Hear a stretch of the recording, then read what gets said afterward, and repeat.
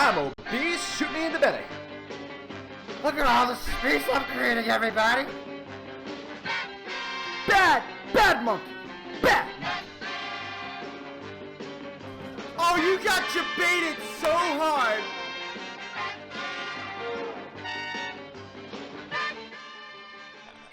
I don't think I can handle any more of this bot gameplay. Spylo. Hello, ladies and gentlemen. Thank you for the sub, first off. Ms. Sweeney, thank you so much.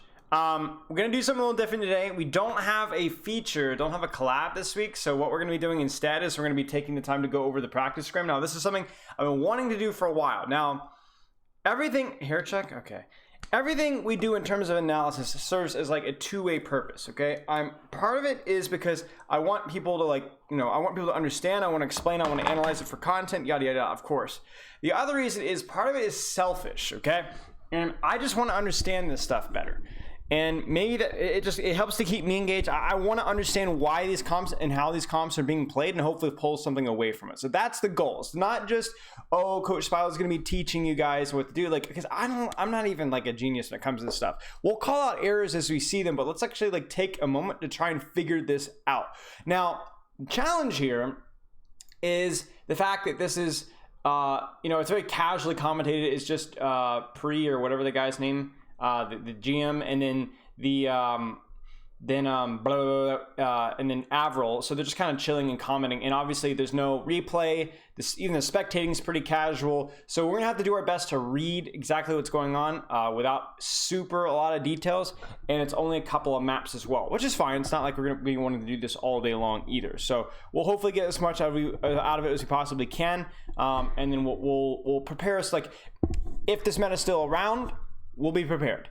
And as we've talked about earlier, even if this meta is not still around, things that you learn from previous metas carry over to others. Like we know how to play Overwatch. We know how to play Overwatch optimally. So let's see what we can learn from this and apply to the future. Do you think Zarya will still be decent in new patch? I don't know. Zarya's at a weird spot right now. She's played kind of just because the other better off-tanks aren't very good right now. Like Zarya wasn't buffed, Zarya wasn't anything. Zarya was just kind of there. The reason why Zarya was initially played is because basically your other off-tanks just bled ult charge. In other words, you played D.Va, struggled against the amount of spam damage what was put out. D.Va demanded too much healing, and people didn't want to play Ana. So like if you're playing D.Va, a lot of times you have to play Ana. Some teams are playing Briggs and D.Va, but that's an extremely high risk, high reward comp, because if your D.Va isn't like super disciplined, then you're going to be in trouble because you're going to be bleeding a lot of ult charge, and that just leads to a lot of issues. You don't want to be packing or harmony orbing your D.Va. You want to be packing and harmony orbing your Echo, your Tracer, and you're playing it with a ball for the same reason that you're not playing a D.Va. So you don't have to heal your monkey. You can just leave the ball to go get health packs and stuff like that. And then we had Sigma, because it was like Ball Sigma, right? And then Sigma got nerfed, so Sigma wasn't very good anymore. Sigma just instantly died because the shield reapplication to dive. So then you're like, okay, what's another off-tank that doesn't bleed ult charge? Well, Hog is pretty self-sufficient, but he's kind of trash.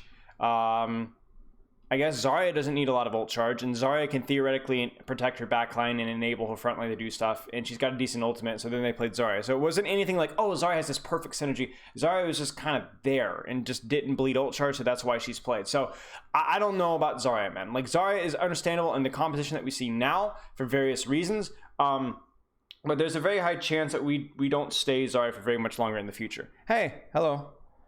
Who is this ridiculously handsome gentleman? You know, Lockie, you're such a funny guy, man. You're such a funny guy. Such a funny guy. It really makes me want to slap my knee. Really does. Yeah, we're gonna try and read the compositions here a little bit and try and discuss what and why what's being played. The only reason I think that you could make an argument, chat, can you think of one reason? Let me go ahead and pull this up for you guys. Can you think of one good reason why teams might be playing Zarya over D.Va besides the fact that D.Va demands more healing? Excuse me. Because look at this composition here.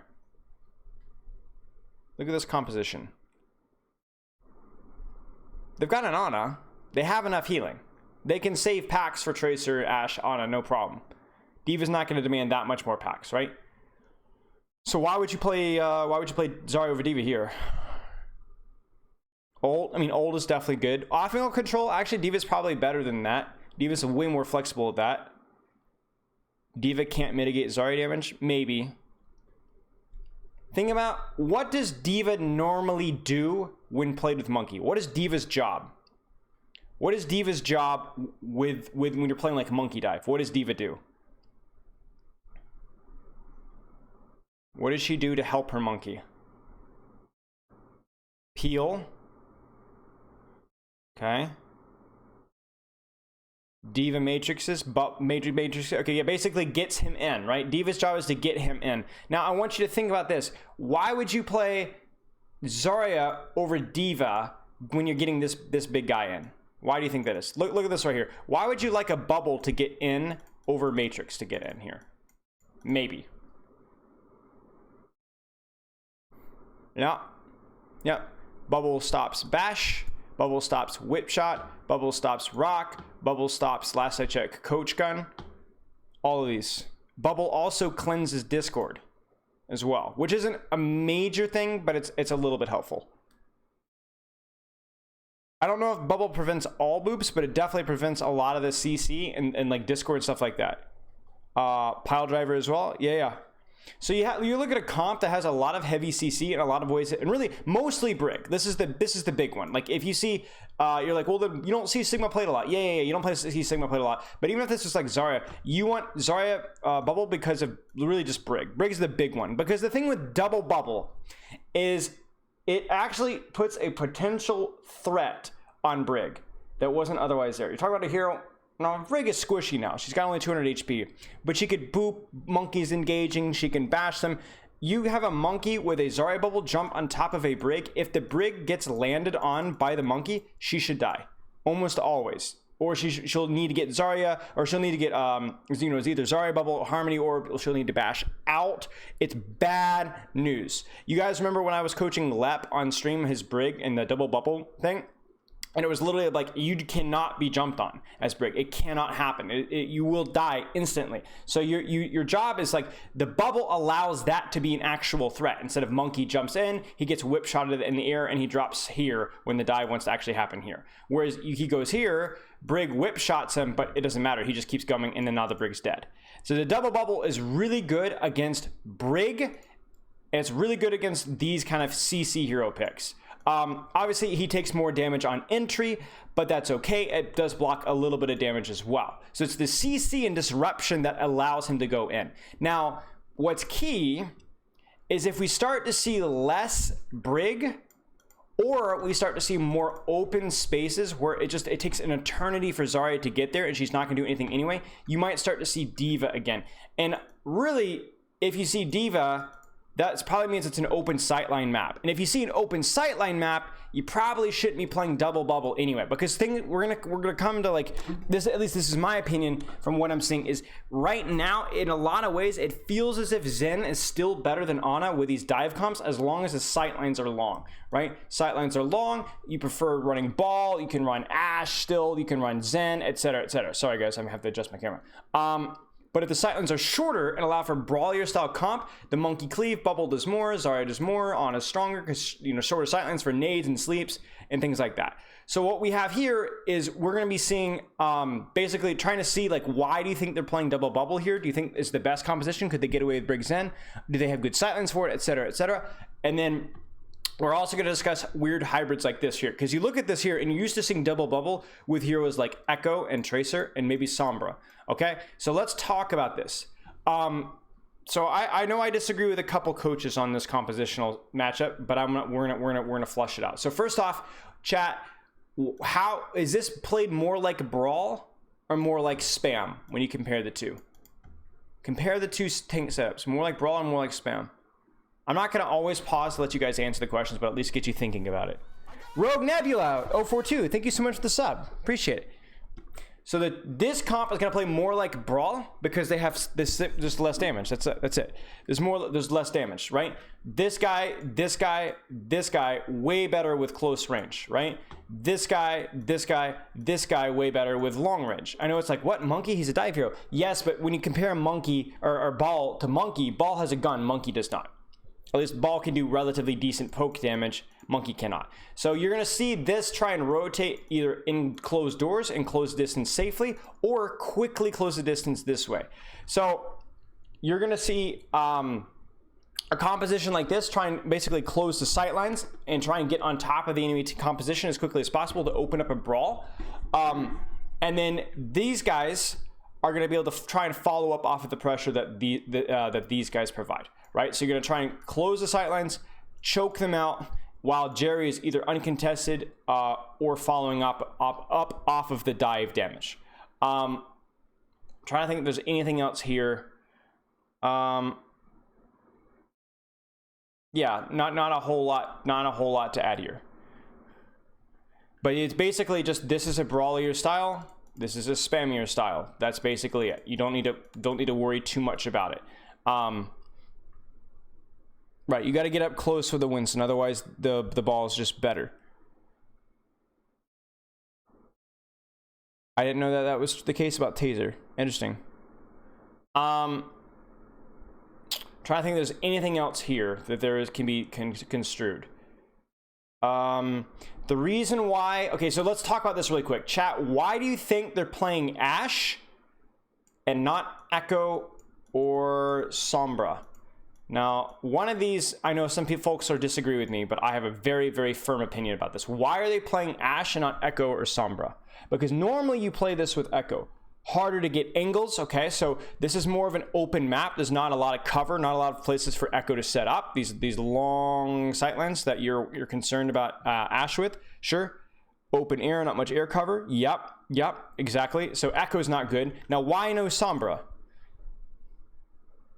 Think about it. This is a hard one. And again, this is where I think I disagree with other coaches on. I know there are some coaches that have opinions in Sombra, and I think these coaches are wrong. So I'm going to state my opinion, and you guys be the judge of it, okay? So here's my opinion, all right? And this is my experience, not just my opinion, but my experience. Sombra, okay, Sombra sucks against spam. Usually. Now, she can do okay against spam if you're playing a very hard dive. But if there's any sort of hybrid or slow or tempo or trades, and it's not all in, then Sombra's not very good, in my opinion. And the reason, and why is that? Now, Sombra can play, now if you're playing maybe like, if this was like a Reaper Sombra and like a Moira Lucio, like the Talon dive, whatever it's called, where you just all in and you don't even worry about it, like, it's fine. No sustain. More. The problem is as soon as Sombra comes out of stealth against a composition with any sort of spam or CC like we have here, Sombra gets her translocator force very quickly, and she's left out of the fight. Sombra generally is played against brawlier style comps or slower style compositions that don't have a lot of range, where you can just kind of be patient, build up pressure, and go from there. The problem against this comp is if Sombra mistimes at all, if Sombra comes out of stealth even for a second and screws up, she's going to get discorded. She gets one body shot from discord, and she knows that if I get one more headshot, I'm dead. So she translocates out, and then she has to start all over again. And if you were to go, to make matters worse, as we saw this in Korean trials, they were running this composition, but with like a Zarya, and they were running it with a Kree. And against a Sombra variant of this, like it was like a Ball Sombra, whatever, right? And I just thought that the Sombra was just awful because you'd come out of stealth, Kree hits you with one body shot, you're discorded, and again you have to leave instantaneously. Instantly. Do you guys remember Goats? The very, very tail end of Goats, how Hanzo Goats came to be a thing to counter Sombra Goats, and the reason for that was if the Sombra comes behind you, you land one body shot on the Sombra and she's gone. You instantly force her out. So the goal, the reason why I don't like Sombra as much into like hybrid spam comps that aren't like all hard diving in is because it's very easy to get rid of her and very quickly get rid of her. And I don't think it's very good, especially when you have like things like Brig Bash, Whip Shot, Zen. I don't think Sombra's very good. And you also look at this here and you're like, you look at a lot of ways to counter EMP, basically 2 ways of countering EMP instead of 1. So, right, might even hit a Hanzo headshot. Right, so I think Sombra is very, very good against like slower tempo, low range comps where she can take an angle and just AFK spam with support. But I think Sombra is terrible in the mirror. Like, we really haven't seen much Sombra in the mirror, at least not for very long. And I think there's a good reason for that. So, obviously, you can make the argument as well that Jerry is probably not a very good Sombra, and you'd probably be right. Jerry is more well known for his click and hit heroes like Kree, Ashe, Hanzo, Widow, things like that. All right, so we're gonna get rolling here, and we're just gonna see how it goes. So what we expect is we expect a close range brawl followed by Ashe looking to exploit it, to aggressively choke space. So like to keep Justice, Soul basically in this spot right here. They don't want to let them out because as soon as Soul gets space and sightlines, the Sigma shield, the Zen spam. Even like the things like the ball and the ball spam, like a little bit of extra sightlines is going to be a problem. Okay. The scrim have any stakes? No. This is just for fun. So I'm gonna turn up the volume just a tad. So you're gonna already see a split from Saebyeolbe. What you'll see here is likely they'll have a 4-2 split or a 4-1 split. So it'll be 4. This guy stays a little bit behind. Maybe he falls. I mean, honestly, this might be 5-1 because you can't leave your Ashe completely by herself. But you also don't want to leave her stacked. So it'll be like 5-1 split, whatever. You don't have your monkey split into Ball Tracer because he gets poked out. Tracer will probably split, but again, she'll have to be careful because there's going to be a ball helping the enemy Tracer. So there's our 5-1 split. So to be clear, I haven't seen most of this. And it's been a long time. Yeah, so they just aggressively take space. 2U is way too aggressive. And again, do you look at this here, chat? There's no way 2U can win this. This is not playing to 2U's strengths. There's a bubble jump in with what we assume with Monkey Bubble and Zarya Bubble, and 2U just instantly dies. So this is a mistake from 2U. He's playing way too aggressively. I'm not sure if they're used to playing in the mirrors. Maybe they're not used to playing against double bubble, but this is obviously a huge mistake. And the problem here is that when you lose first fight in this map is you're either going to get spammed out or choked out on every single rotate. There are no good angles on retake here. This is a rough map to retake on. And so really right now, all Justice have to do is clear out Marvel, make sure Marvel leaves, and then they can literally just dive in again. So clear out your angle, clear out Marvel on ball, and then bingo. 3, 5, 4, there it is. Decay's feeding. Yeah, so Decay just gets yoinked. Fitz just looks like it hits 2 scoped body shots in him, or a unscoped headshot into a body shot, scoped body shot. So clutch on Fitz, but you can look at the issue here, chat. Think about it this way. What does Decay need to do right now? Yeah, I have earbuds. I have beta earbuds. What's the difference between Brawl and a hard engagement? Hard engagement, I mean, Brawl is just short sightlines, that's it. Hard engagement can be rushing in and smashing in with your short sightlines. I mean, you could say a hard engagement might be peeking your snipers at the same time, right? As your ball slams. You're using long sightlines, but whatever. You need to say AFK, exactly. Timing with Winston, because the goal is that either Fitz is looking at Decay, waiting for Decay to peek, which means these guys engage without Ashe shooting them, and then when they all go in, Decay can now duel Fitz, and Fitz will get no armor packs, no harmony, no nothing, right? He'll get nothing. He'll get absolutely nothing, and that's a true 1v1. Or Fitz will get distracted and look at these guys initiating, in which Decay has an advantage in the duel anyway. So would Fitz have killed Decay either way? Maybe. This is just a great mechanical outplay. I don't think Fitz is being supported right now, but this is just either way. This is a mental error from Decay. He needs to be listening to communication better. He's going too early. And truly, if we go back a little bit here, when does he get his recall forced? So like really Decay doesn't even need to be forcing anything now. Like Decay really should just be AFKing here and chilling out because he knows they've already got the kill, they've got a free rotation, they're not in mid-engagement, and then going after it. Because the danger here is if Saebyeolbe's paying attention to this, he hears recall, Saebyeolbe very could have heard this and chased down Decay, and Decay would have died because Saebyeolbe didn't have his recall forced. So timing from Decay was not good there. all remember the Boston versus So there he's going in. Houston game. I would like to see more aggression from Closer here. I don't think there's really any reason for Fury and Closer and even Bebe to not be going in further. They've got one pick. Jerry will stay a little bit more isolated here, but I think they can all go in and choke the space out here. They're up one. They have good follow-up from their team. That would be my preference. He's going to be jumping in as well. Decay's down fairly early here.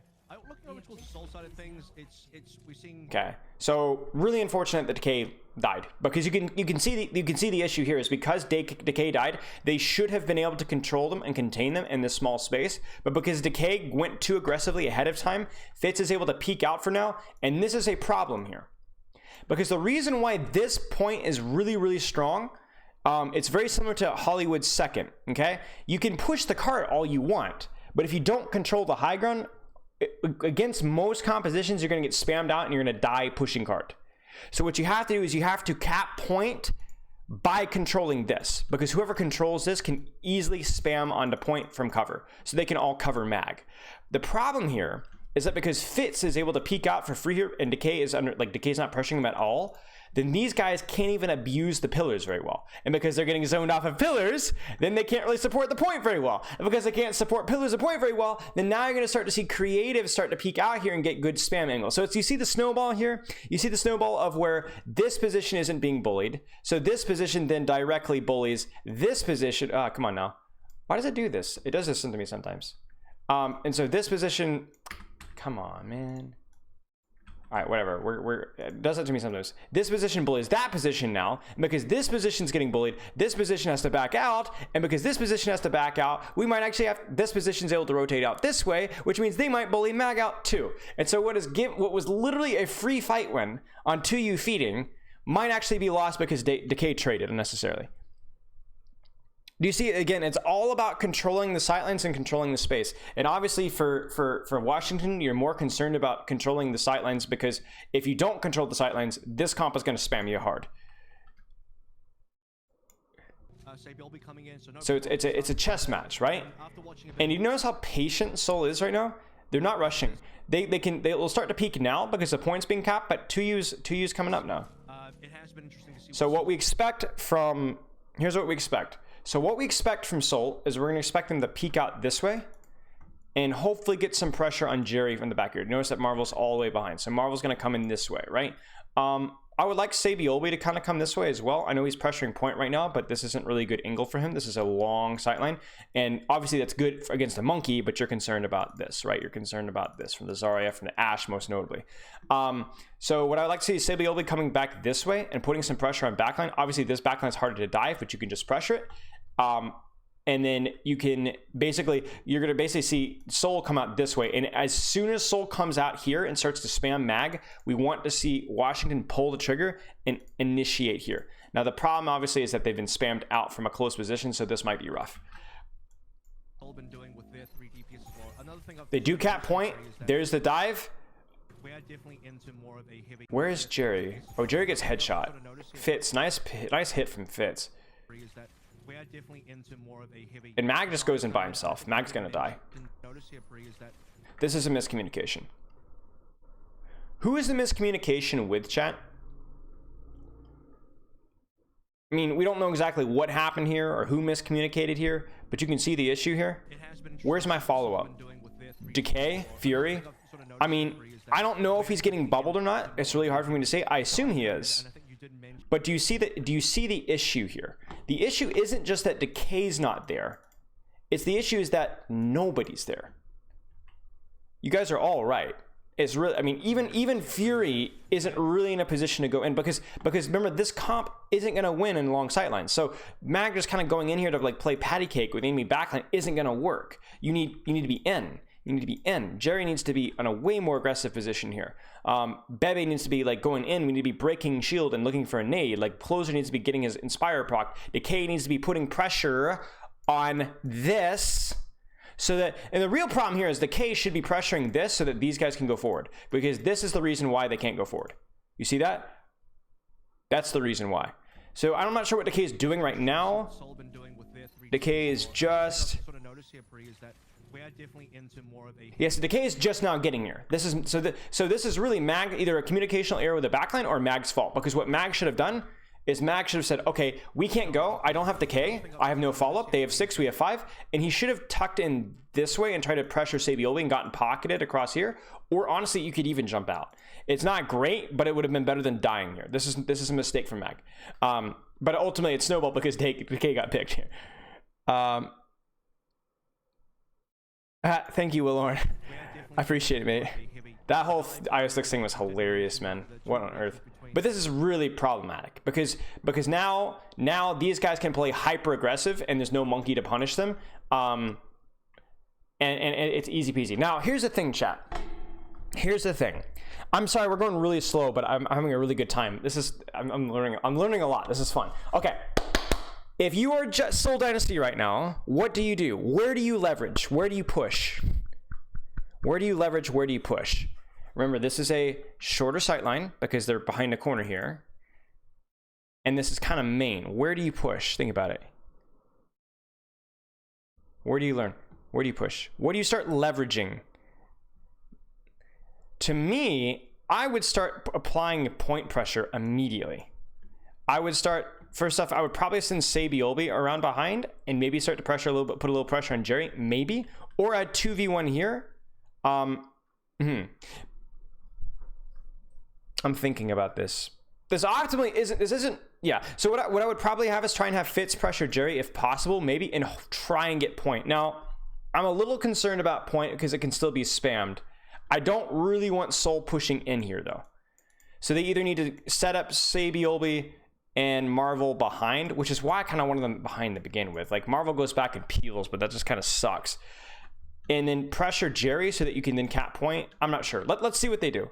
I would not run into here. That's not the play.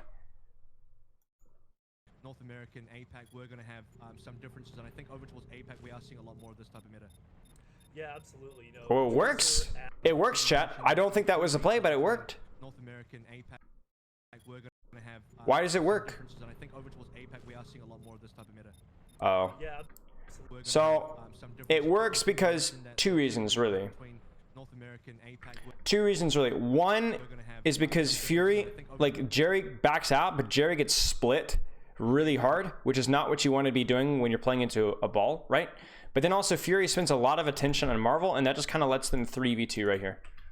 And Decay again is just not really doing much. Like he's marking Sabioli, so that's okay. But I'm not a fan. So like honestly, credit for Soul. I don't think that this was the play, but they made it work. So, and they timed it well as well. Look at their team. Sabioli's leveraging point, so this basically prevents Decay from peeling this off or pressuring this. So Marvel goes in here, they pressure here, and Fitz is peeking aggressively at the same time. And it looks like Fitz hit some shots as well. Does he? Yeah, he hits a couple shots there. Yeah, he zones Fury out completely. That was good. So that's where I think, like, macro-wise, maybe not the best play. Maybe a little rushed, but they did it. They synchronized their pressure really, really well. So for setup here, let's go ahead and think setup here. You're probably going to see Briggs and Sigma playing approximately this sightline here, the longer sightline. They're going to let this composition out, and they're going to rotate back across this way if the Justice come across here, right? Oh, they go. If the Justice come across here, right? Yada, yada, yada. Now, what the Justice might do is they might actually rotate all the way around through this short sightline and flip the map and then pincer with their Tracer Ash this side. So we'll see. But again, like, don't overthink it. Just think long sightline. Long sightline. Excuse me. That's what the Briggs and Sigma won versus this call. Good cover. You can shoot point. All that juicy stuff. So yeah, we're kind of getting a nice picture of both approaches, kind of that APAC meta right now.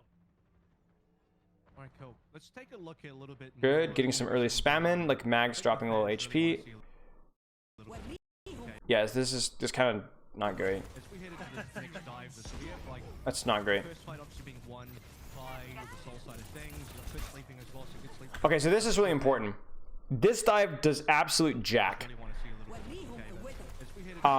because it's all like it's like the thing that we saw yesterday. It's like all coming from the same direction. Now this might be okay because what they actually do with it is that they actually they know we're not going to get any kills with it, but maybe we get some actual space. So they need to hustle and W key through, get back control of pillars, and then what they could do is they can double dive. They can dive afterwards, and Decay is going to double behind and take an angle this way. So maybe this actually ends up working out. Yeah, that's what I would expect. Like, the first fight obviously being won by the soul side of things. The first sleeping as well, so good sleep coming from Dave. Yeah, so they just all in. It does seem like I don't know where Fitz is right now. Fitz is split again on the flank. like, They're just able to brute force their way through a lot easier. it's a very Ooh, that's loud. Like that audio is weird. whenever Decay's on Tracer. I think we can both agree Decay's absolutely. This isn't one though. This is a really messy fight. Oh dear. POV is going to be a bit of should be a bit of a treat. So do you see this, chat? Basically what happens is this. Basically, they've gotten to a point where they've closed the sightlines and now it's very short sightlines. But to get there was very expensive. It cost 1-2 ultimates just to get there, right? Now they flux, and crucially Bebe dies. That's really unfortunate. You really should not see that. Armor pack should have been available. Some nade, something should have been available. Because once you get the sightline, you need to keep your Ana up. They do get 2. Decay's on Tracer. I think And somehow Zarya just gets sniped. What happens to Fury? I mean, whenever Decay's on Tracer. Yeah, Fury walks into a right click.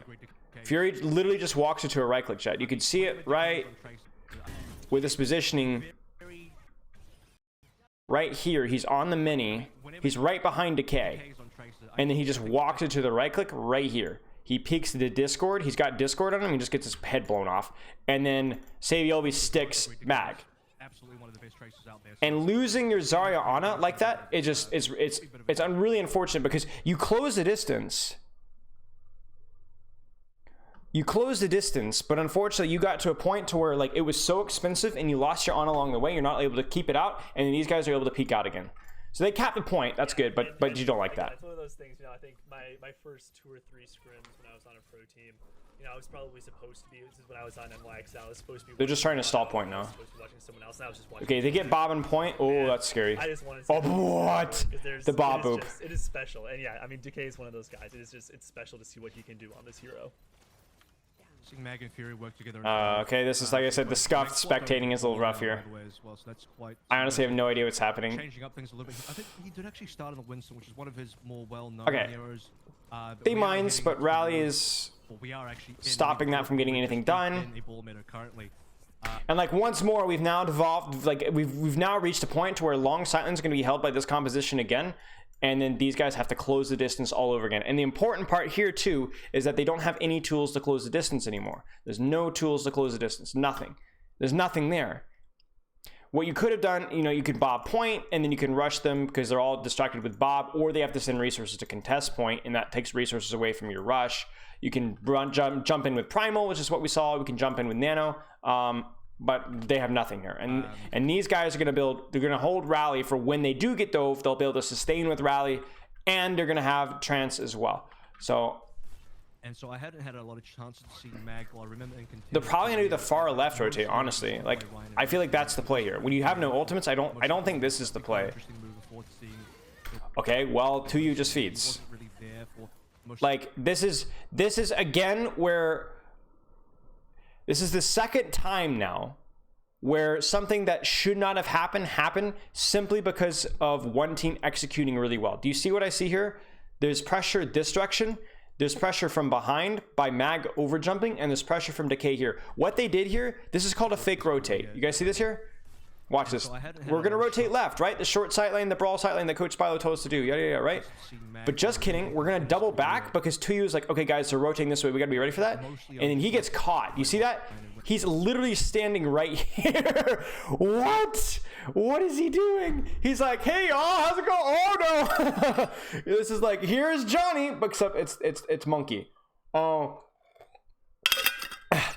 And 2U is literally right up in the face of an enemy hard dive. And he backs up, but it's too late. It's too late. He gets shot. He gets shot on the way out. He's already half HP. They rally counter, but it doesn't matter. It's too late. I mean, I don't love Sigma in this comp. Like, I don't think the range that you get out of him is worth it against this, because the sightlines here are decent, but they're still like too short for my tastes. And Sigma is just kind of too much of a liability with his shield thing. So I think I don't like the Sigma, to be honest. But if you're gonna play Sigma here, you need to have more respect to the brawlier style tough. Because like, look at that, he just instantly died. He played the short sightlines, he got greedy, and he got smashed.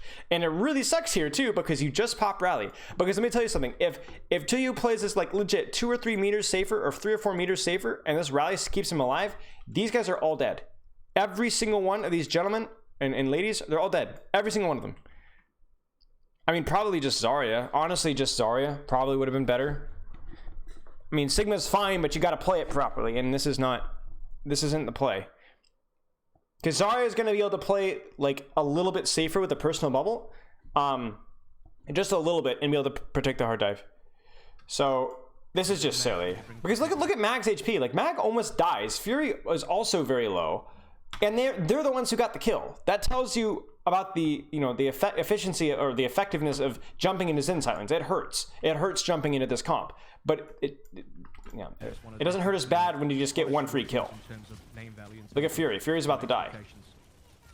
Yeah, and we're really excited. Yeah, I think that They trance. Winston is definitely Fury ends up dying. He's going to be known for, but I think. But unfortunately, the fight has lasted so long that we now have a nano on the play. And the real problem here is, chat, is do you see the problem? We're really excited. Yeah, They're brawling with rally. They're brawling with trance. But if they don't get cleanup kills here, if Closer doesn't die, what are the sightlines right now? What are the sightlines? Would you describe this as long or short? Obviously short, right? Again, I'm not waiting for everybody to answer. So if you don't clean up these kills, then you are straight up playing into what these guys want you to do. You got baited into playing a short sightline. You didn't get more than 1 kill, which they had already traded, and now you're playing into their win condition, right? Closer must die here. He must. If he doesn't die, it's over. Because you don't mind playing short sightlines if you're up 1, but you're not up 1. Winston is definitely. That's a huge nade from Bebe. I'm butchering his name, I just know it. Nice coach gun, and it's over. Short sightlines, your backline is no, and that's it. So Tuyu just feeds. Like, Tuyu just feeds. And so we kind of benefit from that synergy of, you don't have to be swapping. And now, like, now you're in trouble because you've burned both of your support ultimates, which are how you sustain the rushing pressure of this comp, because these guys, they're neutral engaged. You kind of want to have something to sustain it, and you've given them the opportunity to kind of reset old economy a little bit. They don't have a lot of ultimates still. They had to use an ultimate to win the fight, but hey, maybe they build a Bob this fight. They almost certainly build a Primal and a Grav. They definitely have a Pulse. They'll build a Rally mid fight. So they're like 30 seconds away from having a ridiculous ult spike that should not have been there. You're rotating. Yeah, Mag can really just. And obviously they have the map as well. Really high level. What does Ball need to do to look here? Well, Ball needs to, number 1, Ball should be basically like you need to make these guys play as a clump, okay? You guys need to make these guys play as a clump. You cannot let Decay split off. So what you can do is you can go hunting for Tracer and make sure that Decay is playing like around his backline. And if he's playing in his backline, then he's a lot less dangerous to your team. And then as they rush, and this is key, as they rush, you want to disrupt. You want to go in there and pile drive in the middle of them. Once they've committed, just slam into their backline. Make the Ana burn sleep dart you, or nade herself, or armor pack the Ana, bash on you. You're threatening Jerry, so they all have to turn around and peel Jerry while you're going. So basically, as this composition rushes, before the composition rushes, you're hurting them. You're keeping them close together with you and your Tracer, okay, and your Discord/Harmony. And then once they do rush, you're gonna threaten Jerry, Bebe, whatever, and you're gonna disrupt this brawl as much as you possibly can by either booping, slamming, whatever. Because if they all turn on you, they should be playing in your Zen sightline, your Ashe sightlines, your Tracer sightlines, your Sigma sightlines, and so that they're all focusing you instead of your Sigma Zen. You take that every single time. Yes, you hard herd until the commit, and then you hard commit. When they hard commit, you hard commit. Right, you don't want to go in there too early. You get bashed, or slept, and then you die, or you get a lot of cooldowns forced before they commit. Right, until then you poke Tracer, poke the Winston, poke at Jerry, just whatever. Just don't get nuked, basically. Have obviously all your And they don't have players Discord, so you can be a little bit disrespectful to them. are currently in Because Korea, Zen is so why simultaneously don't countered the- by Ball and also which one of you counters sold Ball. this particular- Okay, so we've seen this setup before. Does this look familiar, chat? We've seen this setup before, right? Now, do you see Decay? Why do you think Decay is playing point and not here, chat? Why do you think that is? Why do you think? When you say hunting Tracer, do you mean with assistance for your Tracer? With your Tracer. Yeah, you have a mobility advantage when you're running Ball Tracer over Winston, so you want to abuse it. Tracer versus Ball, I think Tracer has a slight advantage, but Ball can also just screw off anytime. But yeah, it's a very, very even matchup. Yeah, so, right, exactly. So, like, Decay doesn't want to be playing over here. Decay would like to be playing over here. This is better and less obvious than here, but he knows he's going to run into Ball Tracer and maybe even Discord, and his team can't help him on the other side of this wall. So he's playing in a, like, again, more of a frontline Tracer position, which is understandable. It's not optimal, but it's understandable given the situation. I would say, I mean, it's obviously he doesn't want to be predictable, but there's a reason why Decay engaged from this side of the map. You guys remember that? It's because he's playing with his backline and he's not going to get marked there. So Decay might even try that again if he gets a chance to, because he can still pincer there, and this just doesn't feel good, right? This is riskier, and he doesn't want to be predictable, but that's something he can look to do. Now, is Mag going to synchronize pressure with backline and Tracer?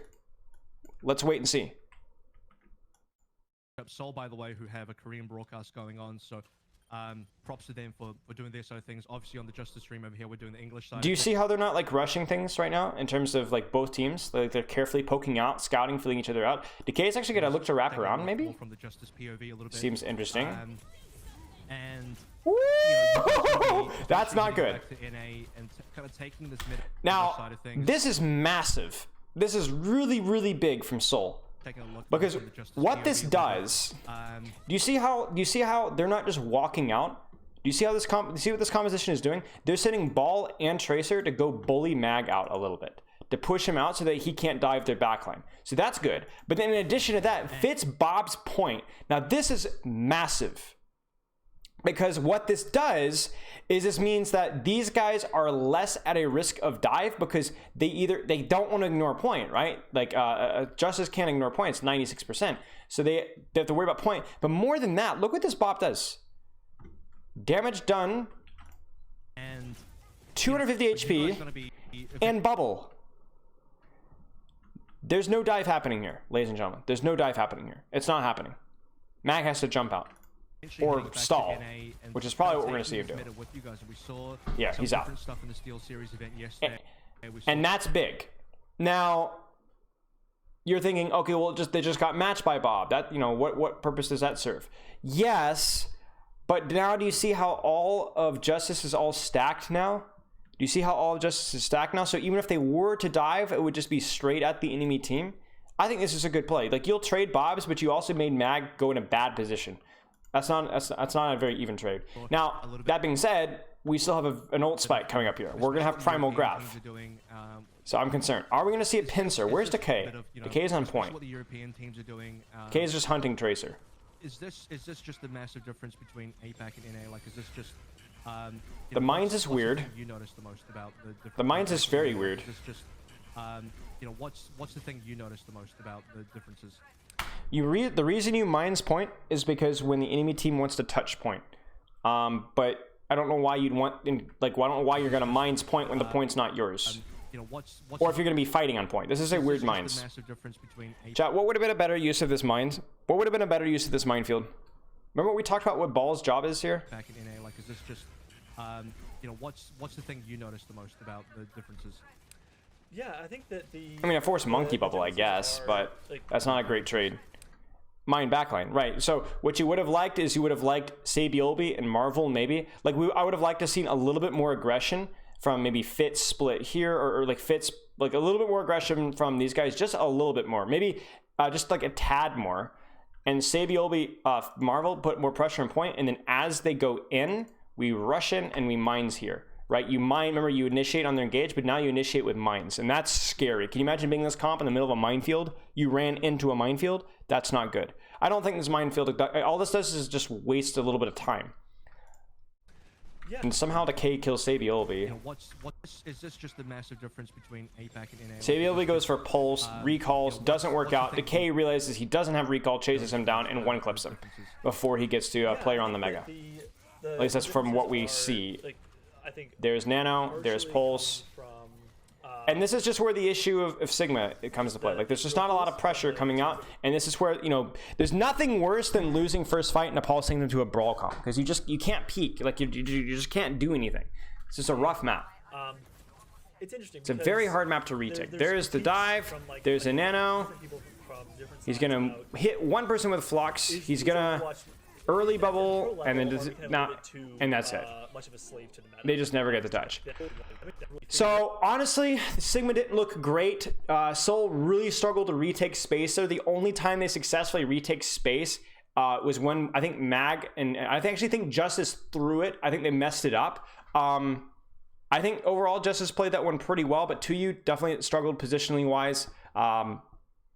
Yeah, I wasn't a big fan. I honestly think Justice could have very easily 100-0 that if they had not thrown that first retake. Like when Mag goes in by himself, like that was just a scuffed, you know, screwed up. I don't think Sigma was strong enough with the spam, and I think Justice was struggling to poke down. Like you beat the sightlines, right? But when they're hiding behind a corner, like how do you abuse that? That's rough. Hey Aptic. He swapped the Sig, by the way. Okay. I mean that's probably the only map you're gonna see Sigma on. But I'm not sure if it's worth there. Sorry, a hog comp because they said, you know, okay. it's just what are we gonna see here? And then, you know, we figured it out, and so I'm wondering, yeah, maybe some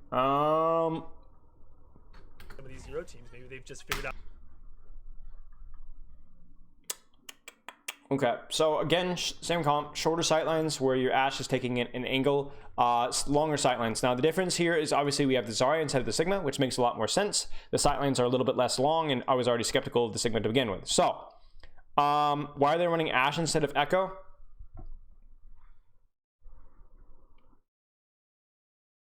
Could be a hero strength thing.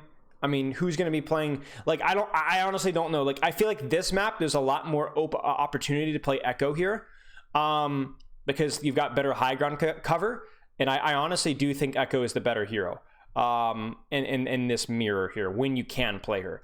But again, it might just be that, I mean, Jerry doesn't play Echo. Jerry's a hit scan. And I don't know about Fitz either. Like, we might just have double hit scan mirrors. It might just be what they're scrimming. I do think Echo is better.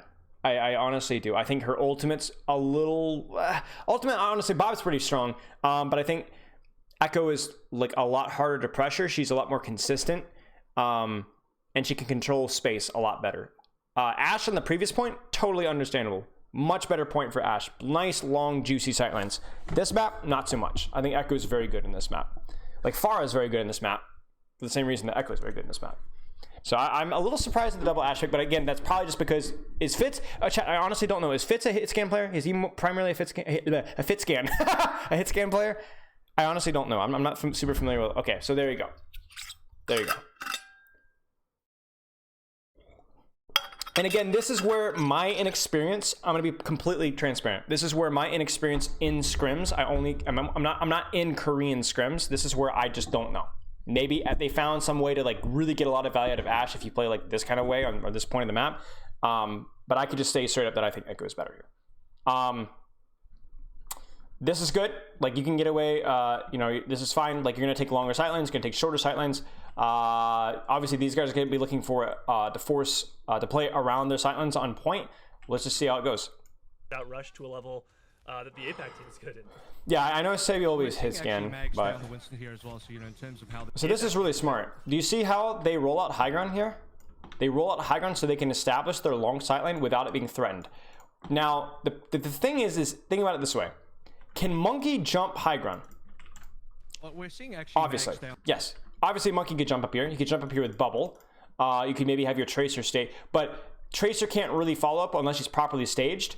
Ashe has a really hard time getting a good sightline up here. Ana's gonna have to like yeet a nade. Zarya can't do anything, and obviously Brig's not gonna be able to do anything either. Now these guys don't always do anything usually, but you would like to at least have something of a sightline to where you'd have more than one person going in, right? Which is a lot of times why Echo's good here as well, because Echo's very flexible. But this is really smart of these guys. Roll out high ground, take the sight line, and clear out space from here. This is really good. On the Winston here as well, so, you know, in terms of how the diving, we talked a little bit about Mags here. Paul, you did mention that he plays basically everything at a super high level.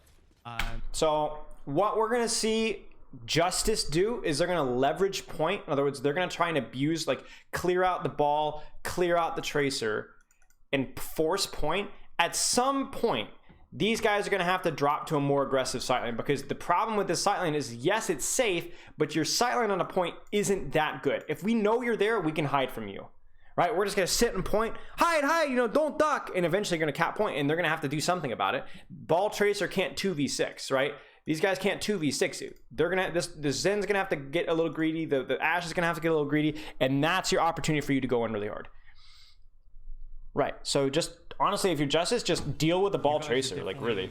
Kind of, at least for now. Like right now, even Mag, he's not going for a kill dive. He's saying, "Oh, you're starting to get greedy. I'm gonna go in, bully you back to here, and then I'm gonna chill again." Right.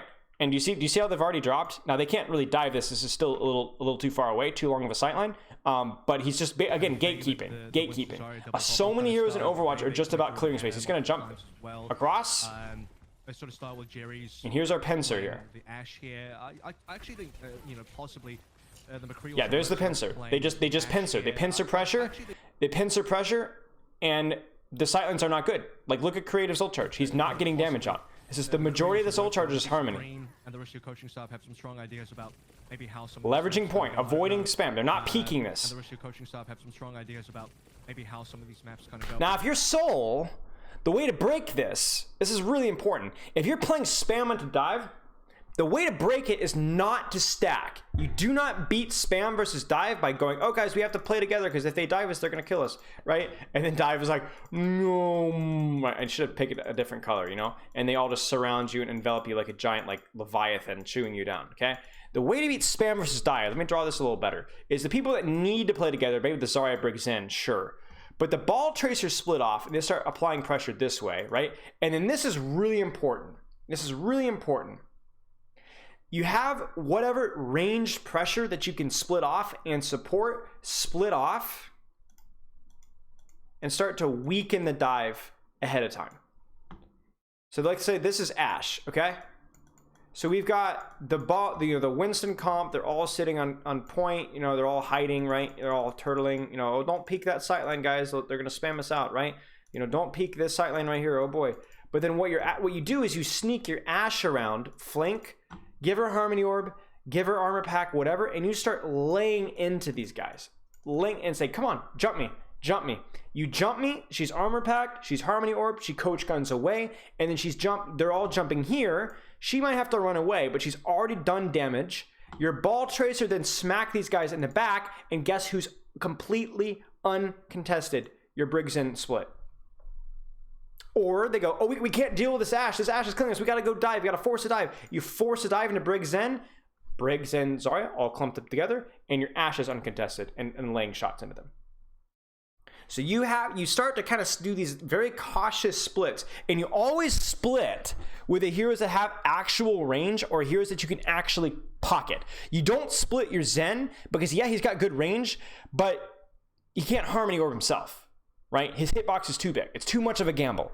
That's why Echo is played in these comps. That's why Echo is very strong, is because you can split off an Echo Harmony Orber, and she is going to unload on this comp. She's going to unload on this comp. So look at how, I mean, Justice having the advantage here. They're hiding the short sightlines, right?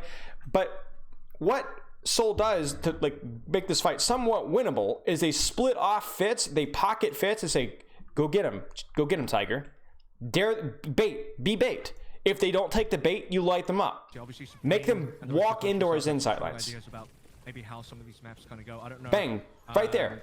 Oh, there's the bait. We go. Uh-oh, just kidding. If you have any sort of you see how instantly Savioli was on that? You split off. You do not beat dive by clumping and letting them play or uncover. You have to split off. In terms of how you guys are working this particular. The problem here. That you'd be willing to share in terms of how you guys are working this particular. If you have any sort of insight that you'd be willing to share. Is the kill isn't enough, right? The kill alone isn't enough. And ultimately, I really do think this is mispositioning from Animo, and I think this is mispositioning from Creative. One kill on Jerry doesn't really affect their hard dive pressure, and these guys are positioned too aggressively. So what we'd want to see is, okay, you got a kill, great job. Can we keep pressure up? Can we keep shooting mag? Can we have Briggs in play further back here and just have Fitz go like here, right? Fitz goes even a little bit more aggressive, right? But you don't have your Briggs in going. This is the equivalent of like, hey guys, the street looks clear, there's no cars coming, and then you throw a house party in the middle of the interstate. Just because it's clear now doesn't mean it's going to stay that way. You cautiously take space, and you always do so with your more mobile heroes, not with your Zen, not with your Brig. You if anything, maybe you'd split your Zarya because she's a little tankier, or you'd split with your Fitz because he's got a little bit more mobility. This is not a good, not good. Even It's gonna be expensive. But this is not good. Even in this particular matchup where working this particular Mag doesn't get bubbled. Even you'd be willing. Not sure what the deal is with that. Bubble's such a low cooldown that should almost always be there. Even in this particular matchup where You know what this is? I'm getting hosted. Trash can. Holy smokes! Iron AIDS! Thank you so much for the host! Hope your stream went well. I honestly have no idea who you are. Please share with chat who the heck you are. Please. I appreciate the host. But yeah, Decay overextends a little bit. He doesn't have recall because he got baited earlier.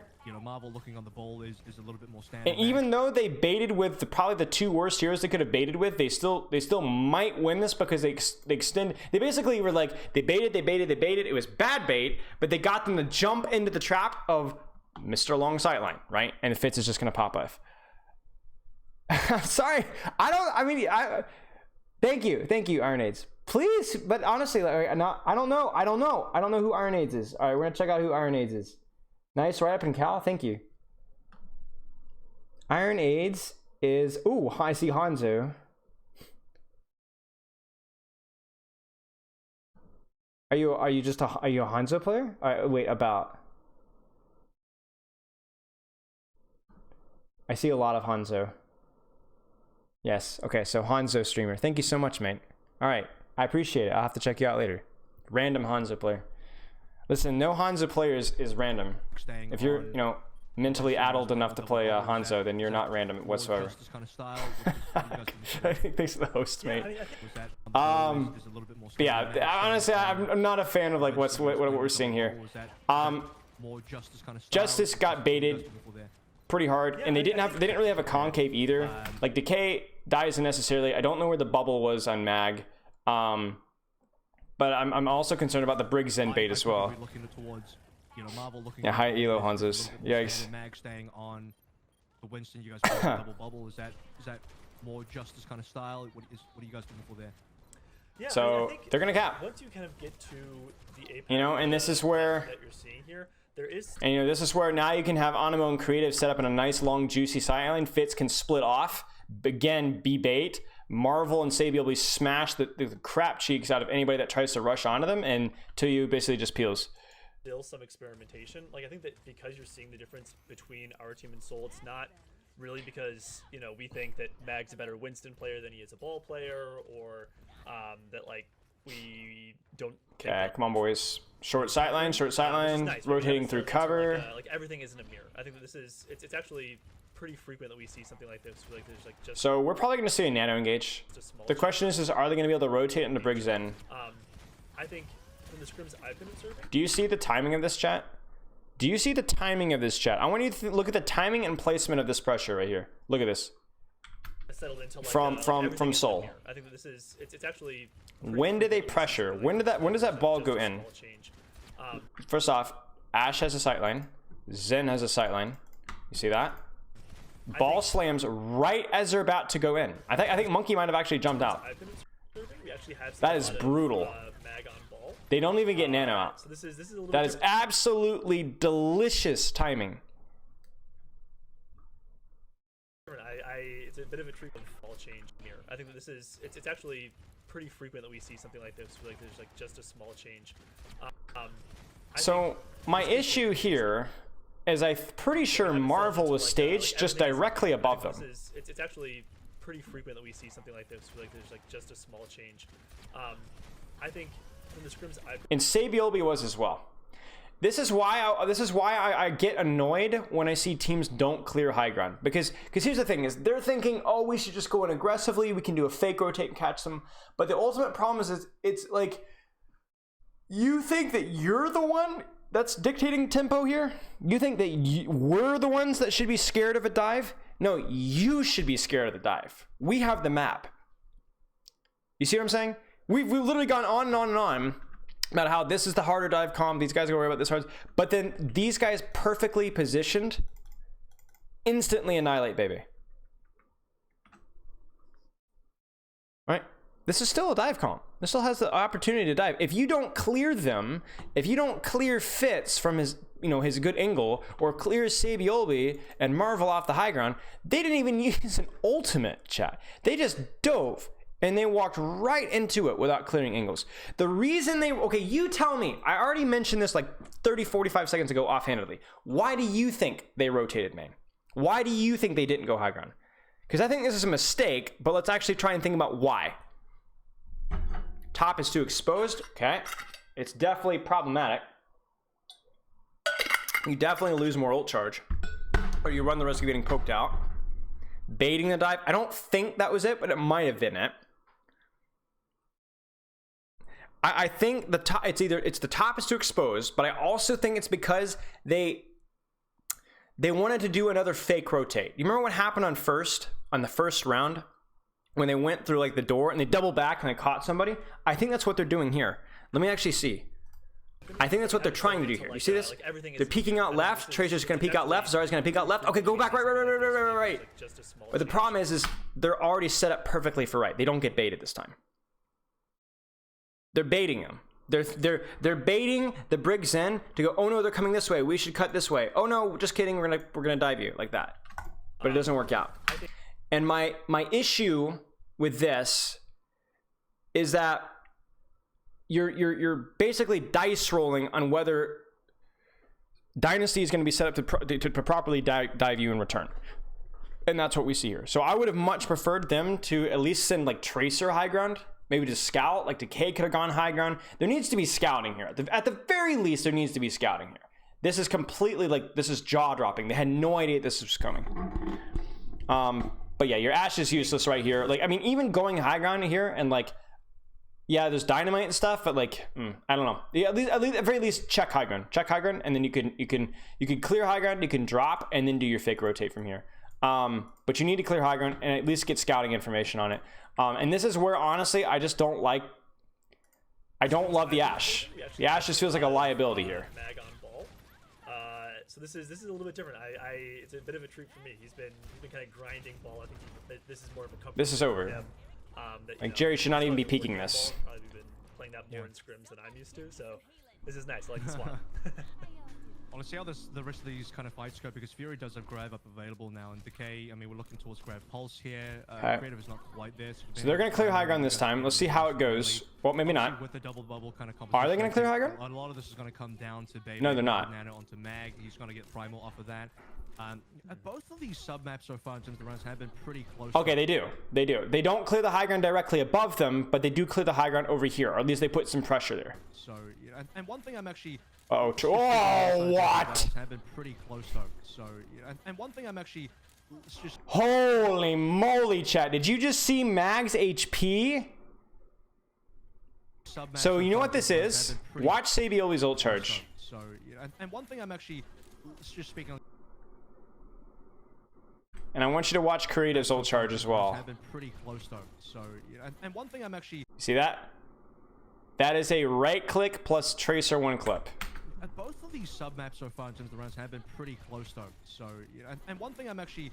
And you know, this is the issue of Monkey. Like on a map where you can't stack and properly clear high grounds without getting poked out, then you're gonna have issues because you're trying to split to clear high grounds, but every single time you split, if you run into Discord, if you run into Tracer, if you run into Ball, you are screwed. He didn't get stunned. On the other side of things as well, that's been doing quite well as shows up the kill. He's actually saved Bell because he was nice sleep. kind of underperformed the Nexus, but He actually Nice looks like he's been doing job. quite well, and he gets Mag down before Mag finds Primal, which is pretty huge. for Questionable, the but Soul team as there's a you potential guys for are this to having work. Kind of throw in this Okay, grab unfortunate. now off the back of a Nano from Oh, they Baby go to for the try and pulse? Get this fight going.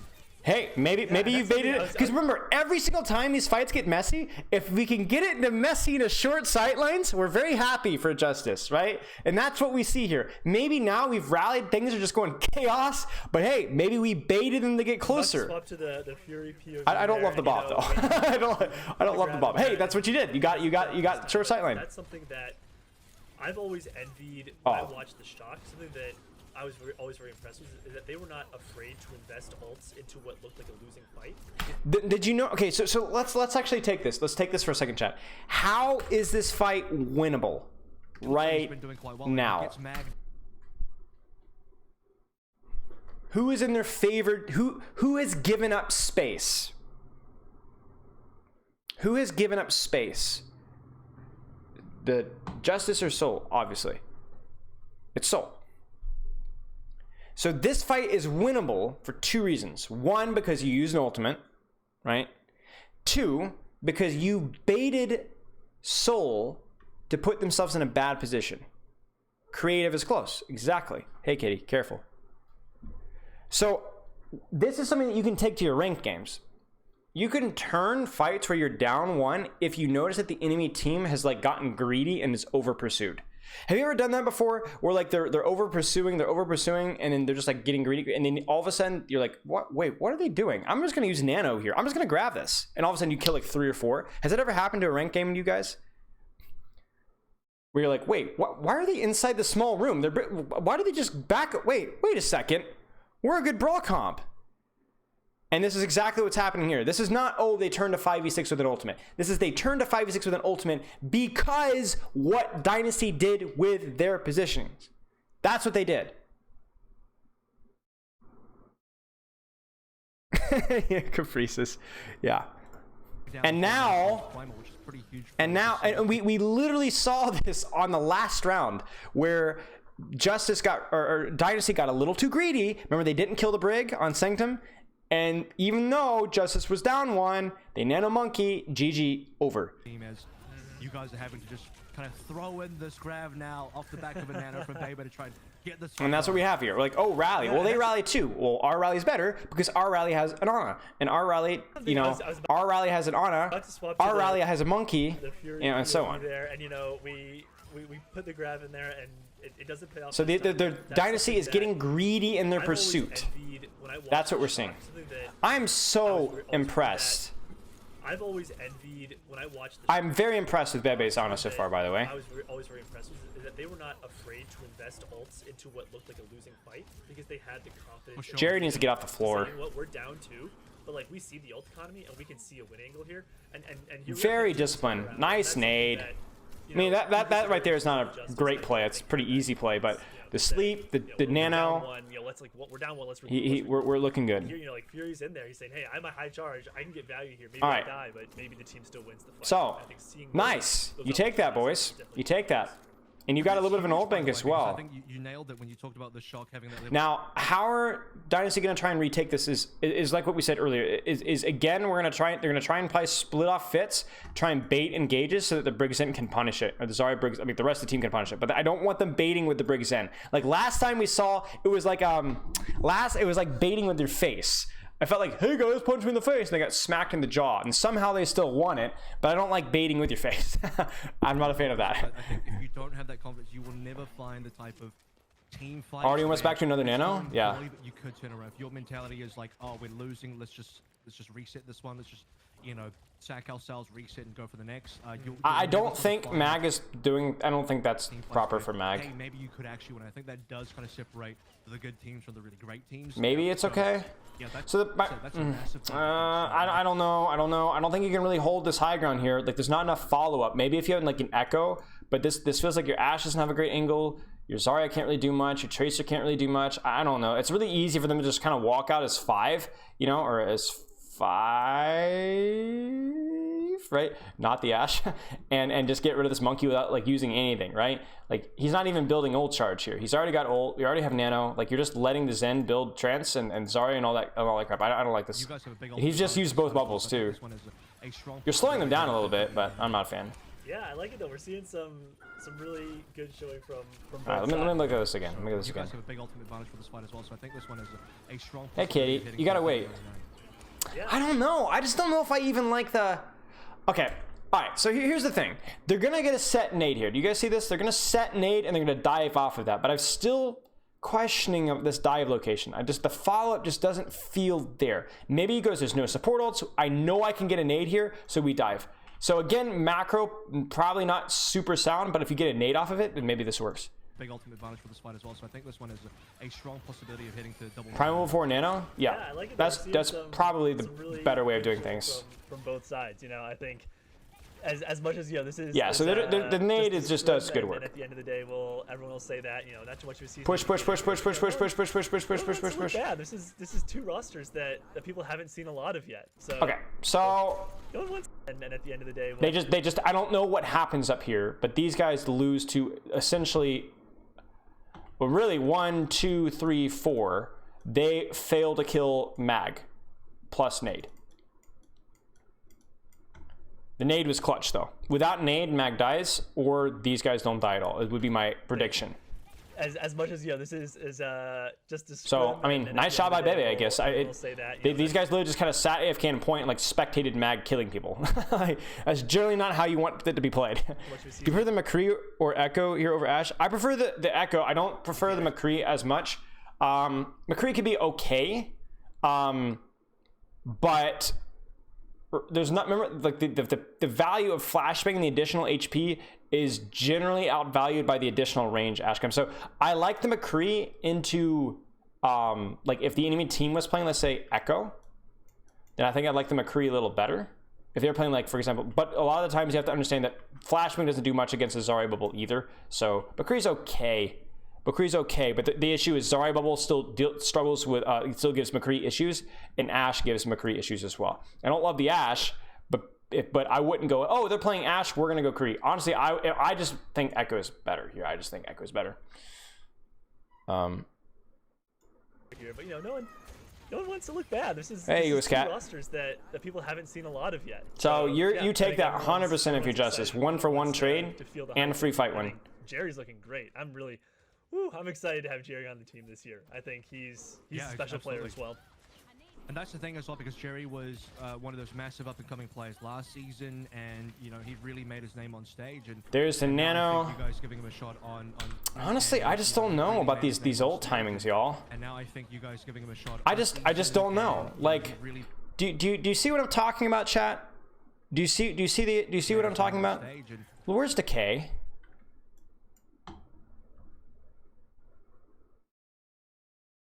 Where's Jerry? Fury is on the way down now. Closer and Bebe are on the way down. This just feels bad. This just feels bad. I assume this is Mag calling for it, so I'm not gonna blame Bebe. My boy Bebe he makes no mistakes, right? This just feels bad. Where's my crossfire here? Where are my angles? Where's my follow-up from my Ashe? Where's my follow-up with my Bob? Where's my follow-up with pulse bomb or damage pressure? Like, look at the HPs here. This just feels greedy. This one was made more sense because we got a nice nade to go with it. But where's the follow-up here? Like, I just, there's nothing guaranteed in here.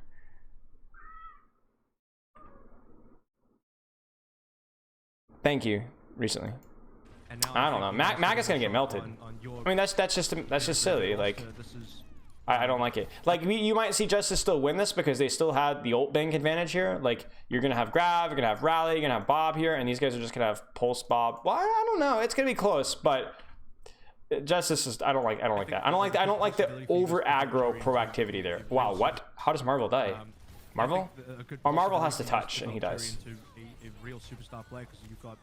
Sabiel gets nothing with Pulse.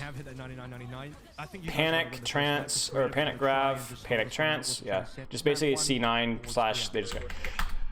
Not great. Not great from the Justice there on it was again the best thing about Justice there was the retake, right, where they turned the fight with a nano on the Zarya That was really good. And then they were able to like pincer really aggressively, baited them in close. Not great in terms of execution though. The first retake attempt from the Soul, I mean, it was nothing. There wasn't even really a fight. And then that last retake there, Mag was just cast to the wolves. Mag, I assume it was his call, in which case he deserved to die, because that was a terrible call. They had to wait 3 or 4 more seconds to where Decay would have been in a better position. Bebe would have been in a better position to nade. Golden CO3, thank you for the sub. But this is not good, not great. They needed to let Soul out. Exactly, you want to let them out into your kill box, right? Then you go bang, right? It's like I'm trying to think of a good analogy here. Like, you want to make sure they get good and close so that when you grab them, they don't slip up between your arms, right? The justice may also work. So, right. So the glare, that's a good point. So basically what Glare is saying, and this is really important, is he's saying, or she's saying, they're not waiting for them to go all the way out to the perfect little kill box here, because we know that they have to touch. We know if we just take a fight before they're ready, they might be split trying to touch. They might not be completely unprepared, which I think is a very fair point, except for one thing. If that's what you would want to do, then you need, if that's what you want to do, then you need to be better set up. This Decay needs to be already here. These guys are too far away. This guy is too far away. You would want to be like hiding here and then bang, smack him right in the jowl. Because you still take the fight as 6. You just take the fight as 6 in a weird, unorthodox location. If that makes sense. There's almost never an excuse to not fight as 6. There's an excuse to fight in bad spots if you want to do something weird, but you need to fight as 6. Thank you, Golden Sea. But that I do want to point out that is a really good point. If you do something unorthodox and weird, especially when points, yeah. Okay, sorry, we're getting distracted here. Good chance to see Fury come through on the Zarya. I think Fury, for the most part, is weird. McCree, Briggs, Zen. Okay. I think his D.Va is what I don't love this. Think, seeing a bit of Zarya, Fury, for the most part, is. I think it's but we'll see. Most people remember, but where the heck is Mag? Is Mag trying to off angle? So basically, like the way this comp works is the exact same. Like again, we don't overcomplicate this. This is just shorter sightline. This doesn't have a really good long sightline. And then if Mag gets scuffed up with bubble, he doesn't get bubble. Mag dies instantly because McCree's even better than Ash at blowing up McCree without bubble. Fury come through on the Zarya. I mean, it makes a little more sense. Yeah, shorter sightline. I think it's. I just don't know where Mag is. Is what most people remember, but I think seeing a bit of Zarya. Like, I honestly don't know where Mag is. I don't know if you guys will be playing any Sigma. I'm sure Fury has that in the bag, but you see there the sightline. Like you see, like look at Creative's ult charge. He's just mowing down. He's under no pressure, so he's just holding mouse one down the choke. Jarek can't even get out of the choke. What was the TP situation here? So Savio will be TPs. Yeah, so they just walk through. Honestly, it also feels like their TP was a little faster as well, or a little better. Definitely one of the most high expectation kind of tank lines. So yeah, so just slightly better maybe. You got them a little slight advantage in the ult charge, and then obviously Marvel just goes ham in there. That's a crazy rollout from Marvel, just to abuse this choke like crazy. So honestly, not a whole lot to say there. They stuffed them out of space really well. Well done by Dynasty. He might have gone kitchen and jumped from there. Yeah. It's true, but you can't really off-angle with Winston as much in this comp. Like, you want to off-angle with Winston, like, you don't want to dive main, but you're gonna get scouted by ball tracers 24/7. Yeah. So how are they gonna close the distance with this comp? Hey, chat, after this round, I'm gonna need to feed my cat. There's the bubble. One of the guys that, big guy in Apex, kind of came to the league and it has been great the whole time he's here. So you're not unhappy with this. Now I want to know where Decay is. Is Decay going high ground? Yeah, Decay is being zoned by the enemy Zarya. And then he goes in. What is this dive supposed to accomplish, chat? New kids on the block, right? You have Fury, What is this dive supposed to accomplish? What are they trying to do here? Actually, I'm gonna be right back. I'm gonna feed my cat. You guys answer the question this. Don't just say take space. I need more specific answers. Because you're right, but you gotta be better than that. Come here, let's eat.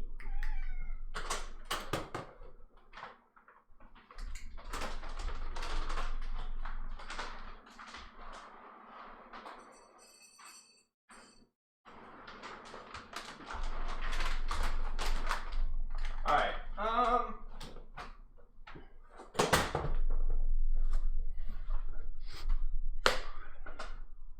High ground control. Yeah. Because like, think about it this way. Yeah, you guys are nailing it. Okay. The big thing here is that this is a sightline. Okay.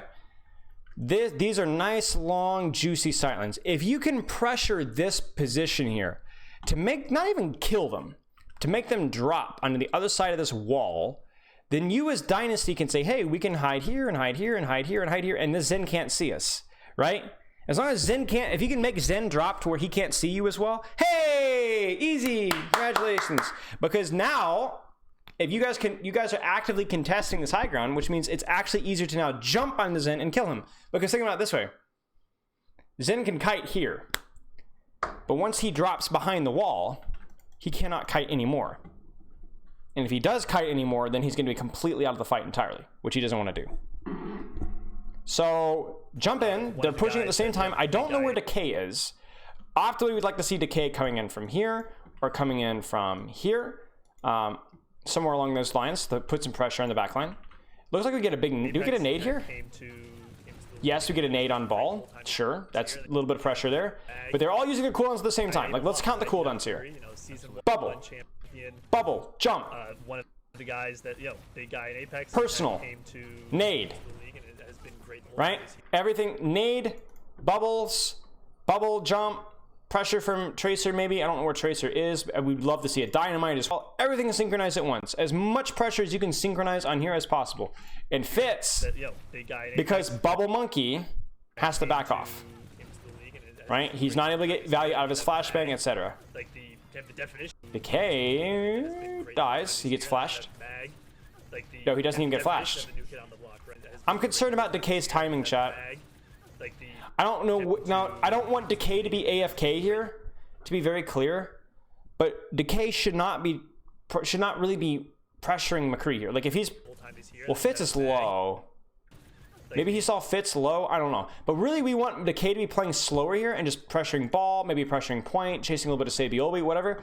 And then when his monkey Zarya goes in, that's when he goes for backline. He's not really built for this. So I don't know. I can't grade exactly what happened with Decay, but I'm hoping that this is just unlucky and not him going in feeding again. Boy. Hey, Bobbin. You know what this is? Thanks for the raid, mate. This is a trash can. Hope your Tracer stuff is going well. You think Decay was fighting SBB there, actually? Well, let me see. Yeah, true. Sabiolbi's ult charge went up a little bit there. But honestly, Sabiolbi could have been guarding his backline. It's hard to say exactly what. It's hard to say.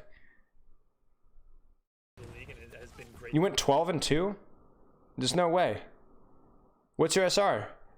Are you in plat yet? Whole time he's here, and then you have Mag, like the definition of the new kid on the block, right? Really highly scouted coming out of contenders. Nice. Yeah, I think that they. Do you notice this Brig, guys? Remember what we talked about in chat? Really Look at the Brig. Look at Brig. Monkey's jumping in. Chat, how do you use Bash against Monkey? Congratulations. How do you use Bash against Monkey?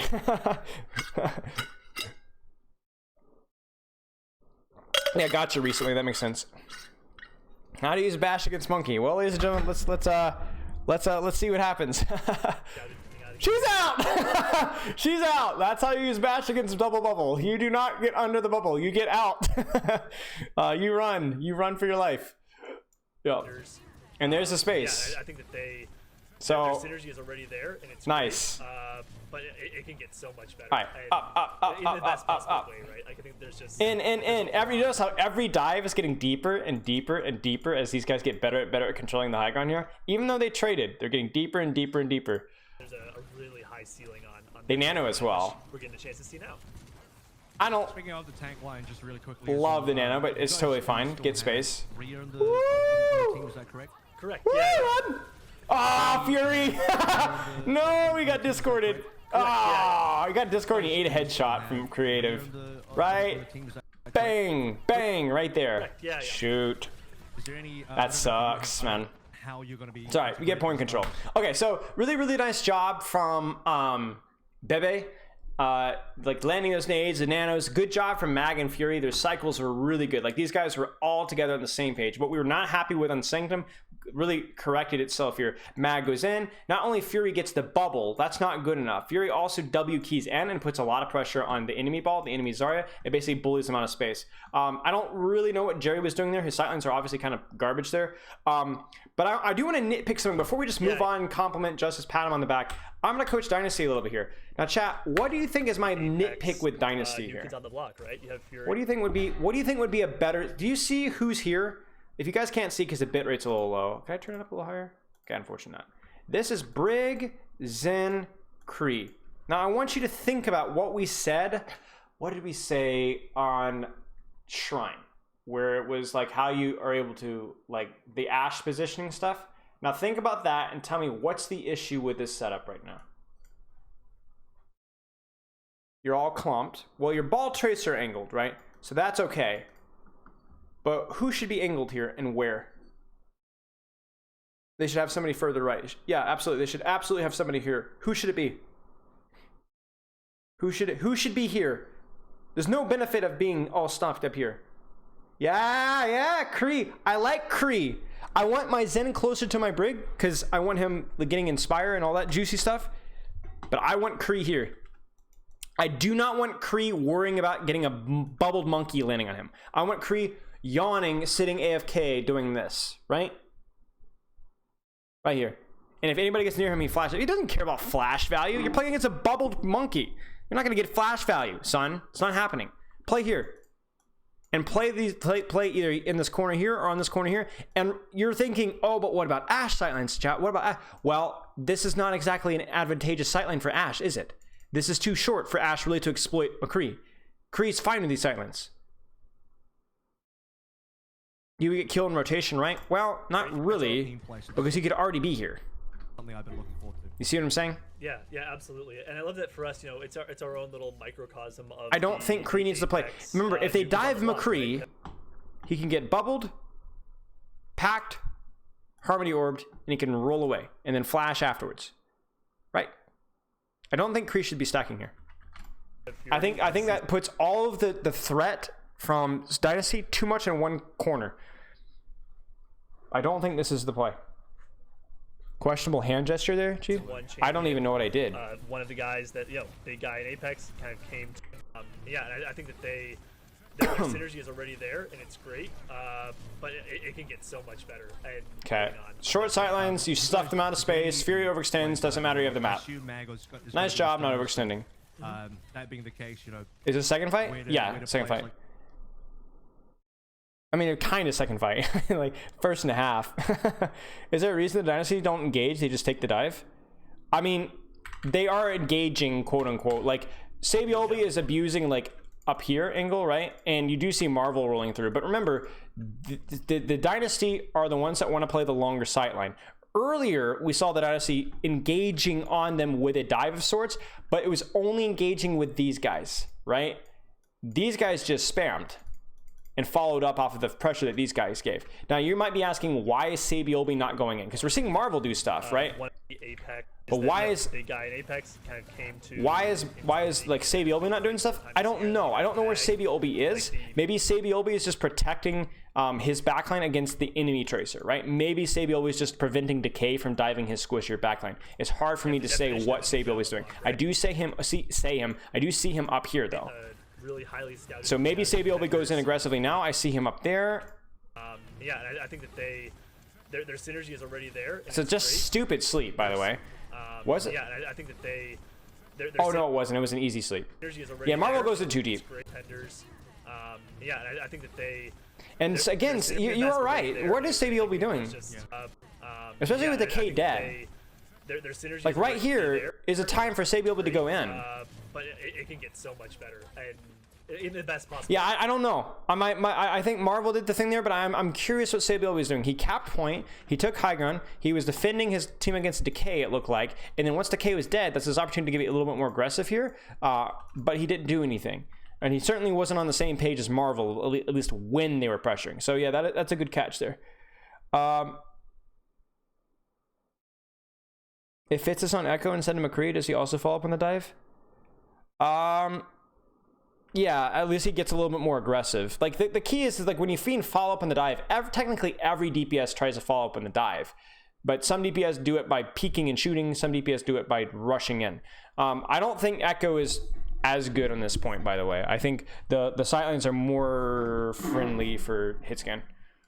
Way, right? I think there's just, Yeah, I don't know what the deal is with Sable. It's hard for me to say exactly what happened. Their tank play, which Is there Okay. any players you'll have on your roster? With players like So, Rio, Chuba, and Fitz goes Julian, Ash. You've got Jury in this particular game. We Makes sense. Like you're going to be peeking out either here or high ground, both of which where the sightlines might be a little longer. You know, whatever. I'm not sure why you'd roll out Kree in the first place if that's what your plan was, but sure. Why not put Zen Brig in that tower and leave Kree in platform?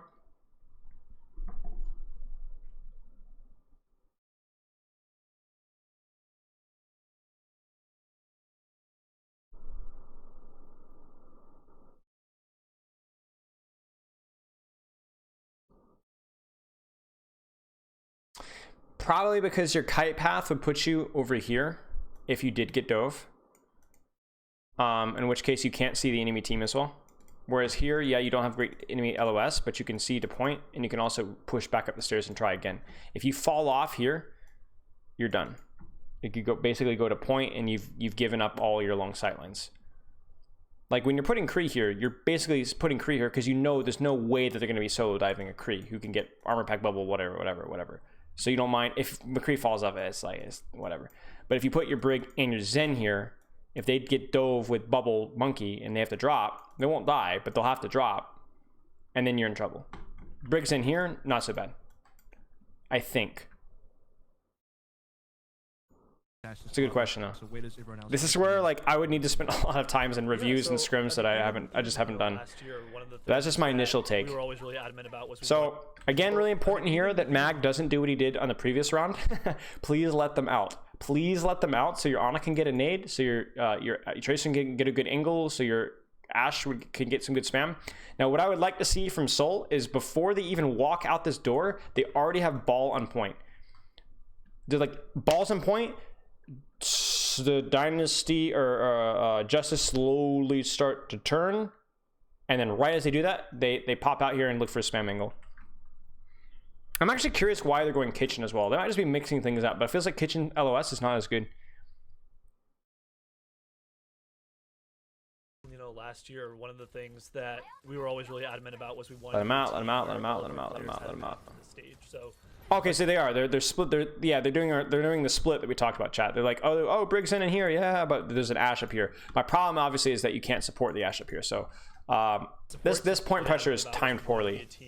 They already know that they're pushing out here. It should be like point pressure and then they go. This is mistimed. I think this needs to follow up. I think this needs to be the follow up, not the lead.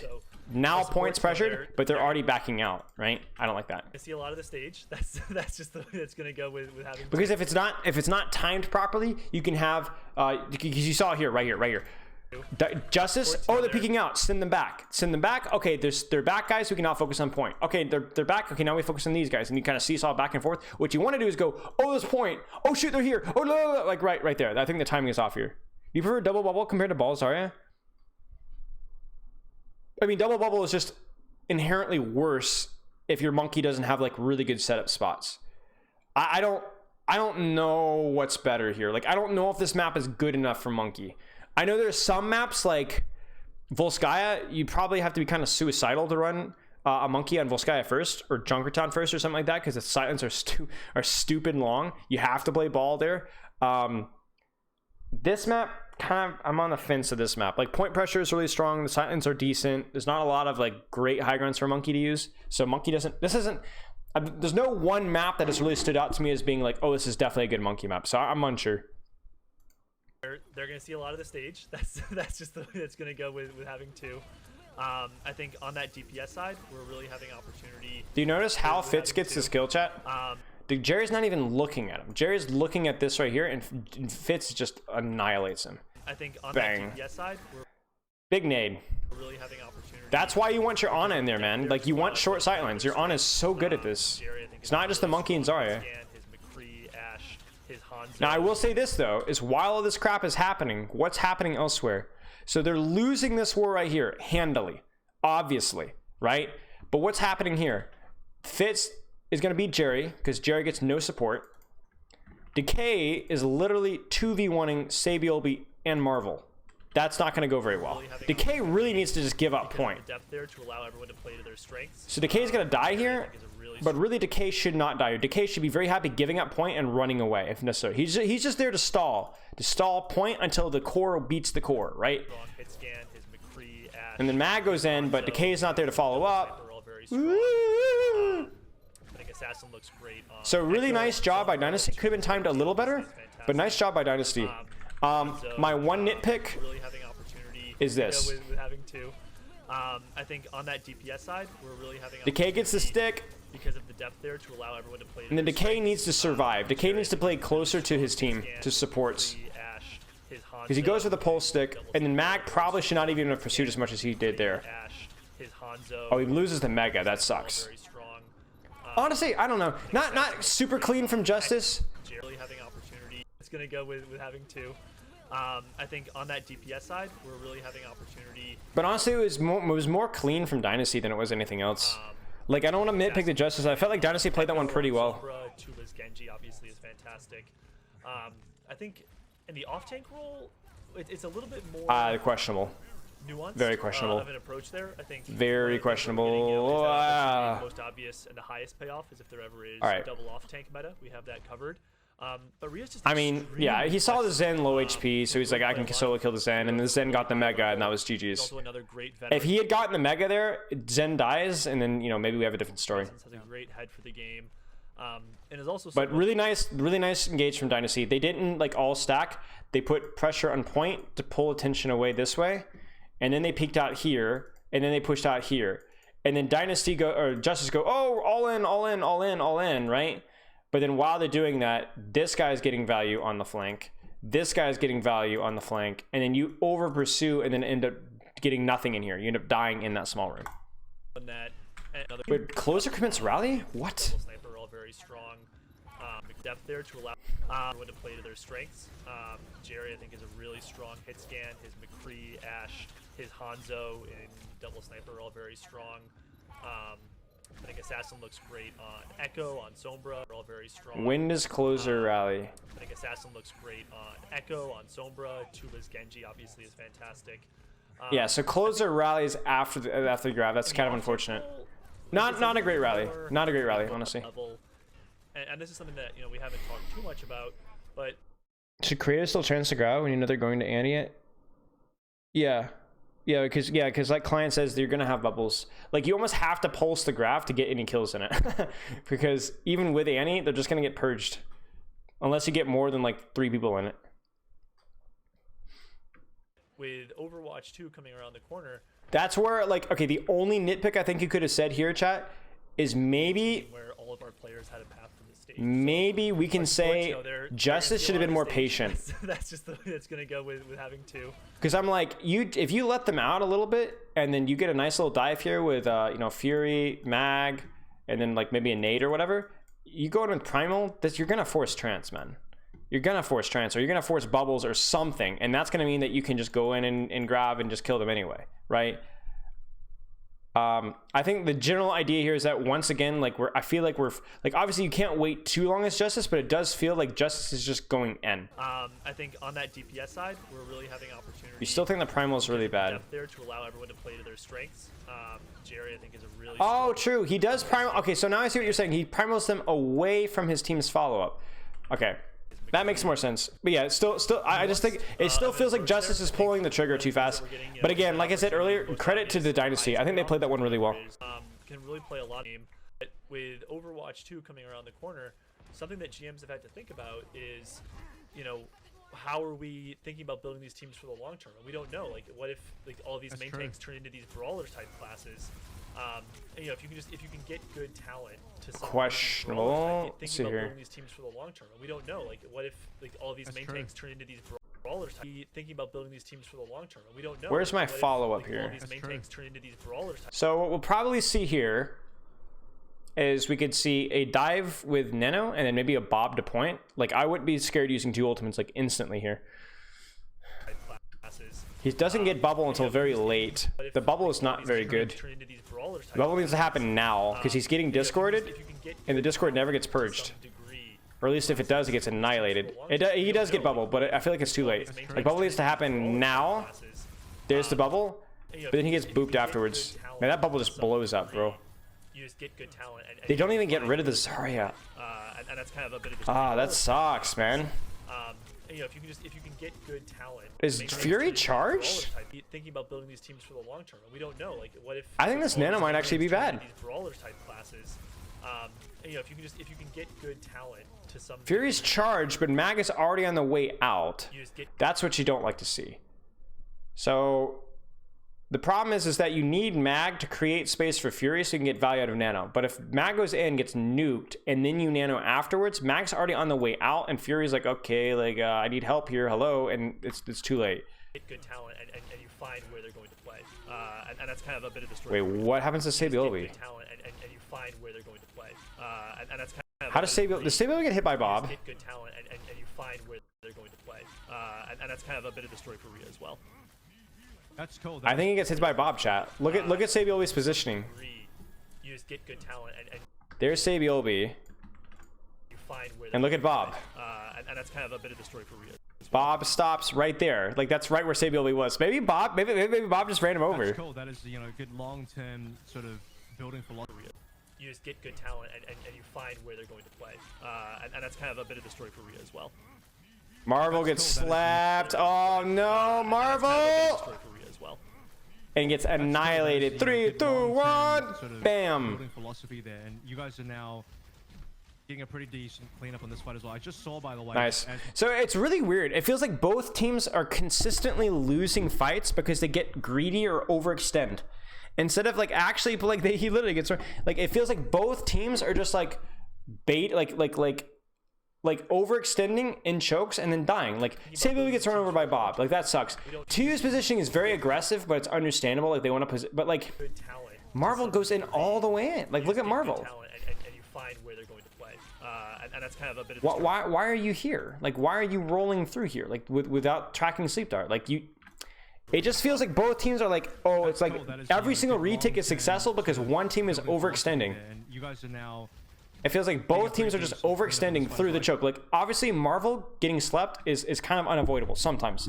But if you're gonna get slept out here. Let them out into your Zen sightlines just a little more. Because remember what we talked about, chat. You're engaging as Marvel to counter the enemy's aggression. Their hard dive. You pile drive, smash their hard aggression. But they weren't hard aggressing. They just used Nano. They just used both their bubbles and they're AFKing. The Bob doesn't even get the point. There's not even any point pressure. I just saw, by the way, just as Yes, Stalker. To you is exactly the angle bait that we talked about with Ash on second point, where you either jump to you and you get a shot in the butt cheeks while they're all supporting to you, or you jump the backline and to you, the 90 charge Zarya just drops and kills your backline. talking about this subject. And you Mag do went down Zarya and Ash because those heroes are more self-sufficient and you can support them. You don't do that with your Briggs below Zen. 50 HP and survive, so that was ridiculous. He had Fury in the pocket as well, who was getting nano. Ooh, everybody easy. in, which is, I think in this comp, kind of an underrated thing. I think people forget, like in a double bubble composition, it's not just about dropping a nano onto your Winston. You know, I think putting it on a really good Zarya player who's high charge as well is really powerful. So, It didn't do anything, though. I think submap here. It just another didn't do round anything. Is looking like it'll go pretty close. So we really liked Dynasty's way of pulling apart the choke here, the way they recontested this. I hope Dynasty does the same thing again. They also have Trance mines and close to grab as well. Justice has a very high chance of losing this. Now, Woo! Soul do look like Okay, there's the they're point taking pressure. over Are they pushing out at the same time? Yeah, it's But, interesting. We've kind of let them get to that 95 to 99 on all know, three right? here, and then all of a sudden kind of the ultimate. Yeah, looks. Yeah. So you see how they like baited Justice away from here, and they forced him to point because Decay is like help, you know, and then now that's their opportunity to like get a little bit of space here. Okay. Last couple of fights, I'm hoping we pull it out here as well, but I think this might be the trickiest one of the Getting some three. sight lines. Good. Briggson's got high Keep you ground. on your toes, you know, just give you a bit of an extra. I don't know. high I'm not ground. pulling for anybody, Chad. I'm just like, Hey, I just want to maybe see we'll improvements lose, here. and we'll see. I mean, you got Grab. Yeah, so they get space, and now Jerry's like hung out to dry. Belby, who again is a player that in this particular scrim so far has been like really stepping up. I was kind of again to reiterate. And now what I all they have said to do earlier, is that chill and play the next time sidelines, and they're good. Wasn't really there, but Finding his place on the Soul Roster is going to be quite interesting as well because he's Okay, this is the danger though. there, but So this is the problem with this point, because you got Sightlines, you got Cap, etc. Now what I really, really hate is this. What is this?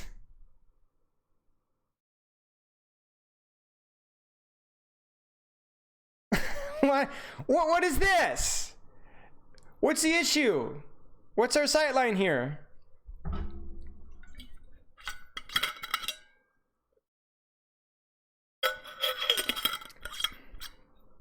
The thing is you can support a lot of what's on point, like Harmony, Discord, Shoot, Armor Pack, all this stuff from here. It's a little sketch, but you can do it. And if you really need to, you can drop to this side here. But you don't go here. You don't go here. Now this is like, oh, we killed, well, who is it? Jerry? We killed Jerry, guys! Fight's won! Let's go in! Let's rub our faces on the enemy team. No. Again, you're playing, now you've gotten an advantage and you're running in and playing to their advantage. The team that likes to brawl. Now, Bebe can actually land a lethal nade. You can run in with Rally, you can run in with Grav, you can run in with Winston Bubble, you can do all sorts of stuff that this comp isn't as well built to deal with, right? Comparing these heroes, right? There's a pretty big difference between what an Ana can do at close range and a Zen. Which one, like, it's slight, but it's additive, especially considering the ultimates that we have here as well. There's the trance, but it's too late. Now we are into that final fight. Counter grab, that's good. You guys may be missing a little bit of damage here. Obviously, Creative used the but I don't like that.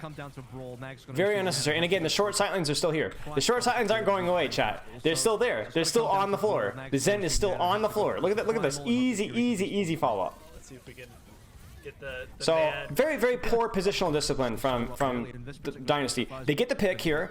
All they have to do now is leverage point. In other words, pressure point. And then your Zen just stands here and just annihilates anybody that comes here. And just keep him on high ground. Keep him on high ground. Make him inaccessible. Keep spamming. Support this, spam here. And just play up here. Just chill. There's no way you lose this fight this way.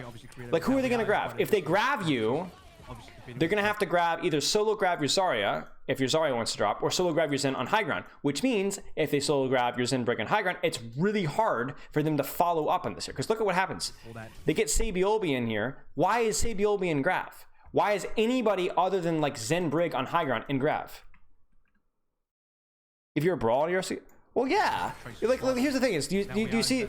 My criticism isn't the fact that they're aggressing; it's the fact that they're aggressing with a composition that doesn't want to aggress into this comp in the same way. You don't want to give up all of your positions and just rush in and let these guys clutch with a nade or something. Right? Maintain your off angles, apply point pressure, keep your spam, and make them come and deal with you on the high ground. Should Ashe play in high ground with a Zen Break here? No, Ashe should probably drop here and play a sight lane on one of these positions here, on point or on the off angle. She really wants to get a better angle than the Zen. So Justice looked pretty good. Both teams looked pretty messy in on like their discipline of when they were actually aggressing. Let's see here. Bebe looked really good in Ana. Mag was very greedy with Monkey, like consistently getting a little bit too over aggressive. I'm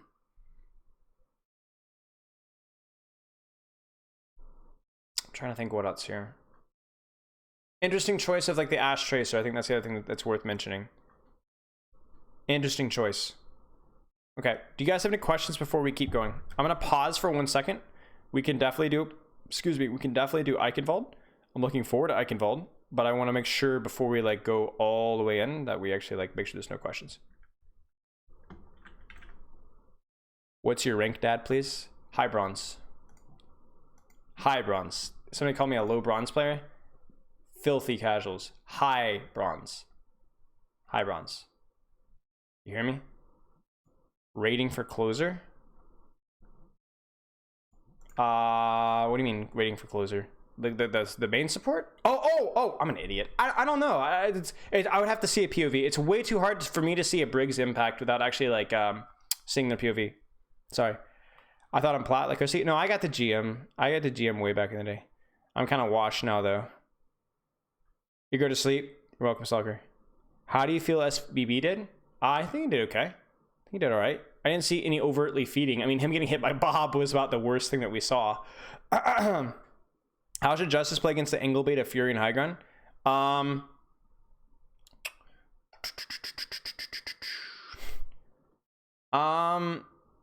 You could have nanoed monkeyed onto the Briggs Zen on the high ground and then had everybody else push to you. That could have worked. Like Nano Monkey zones everybody else, buys the high ground basically for free, and then the rest of your Zarya, Brig, Ashe, whatever, like all in Ana and just like clear to you. That would have worked better than what they did. Because Monkey has the mobility to get more value out of the Nano. Fury just doesn't. Fury just needed the space.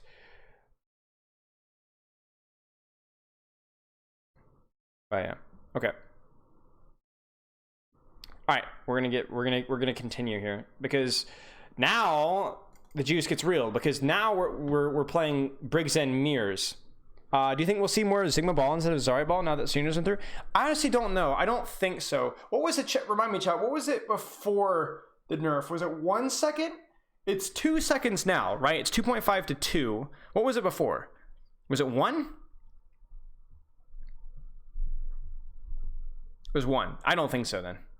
2 is still a significant, like, that's a whole second longer. And also teams have gotten better at playing, like we saw here, like teams have got a lot of practice in double bubble, right? They like the double bubble. And so, you know, if we see Sigma, teams might, that's still a threat. So, you know, metas are sticky. Teams will keep playing Sigma even if he's not the most optimal pick until he gets nerfed into the ground, which is what they did. And they might go, oh, just kidding, Sigma's not so bad anymore. And people are like, no thanks. We've put enough practice in the other comp. So I don't think he'll come back. Yeah.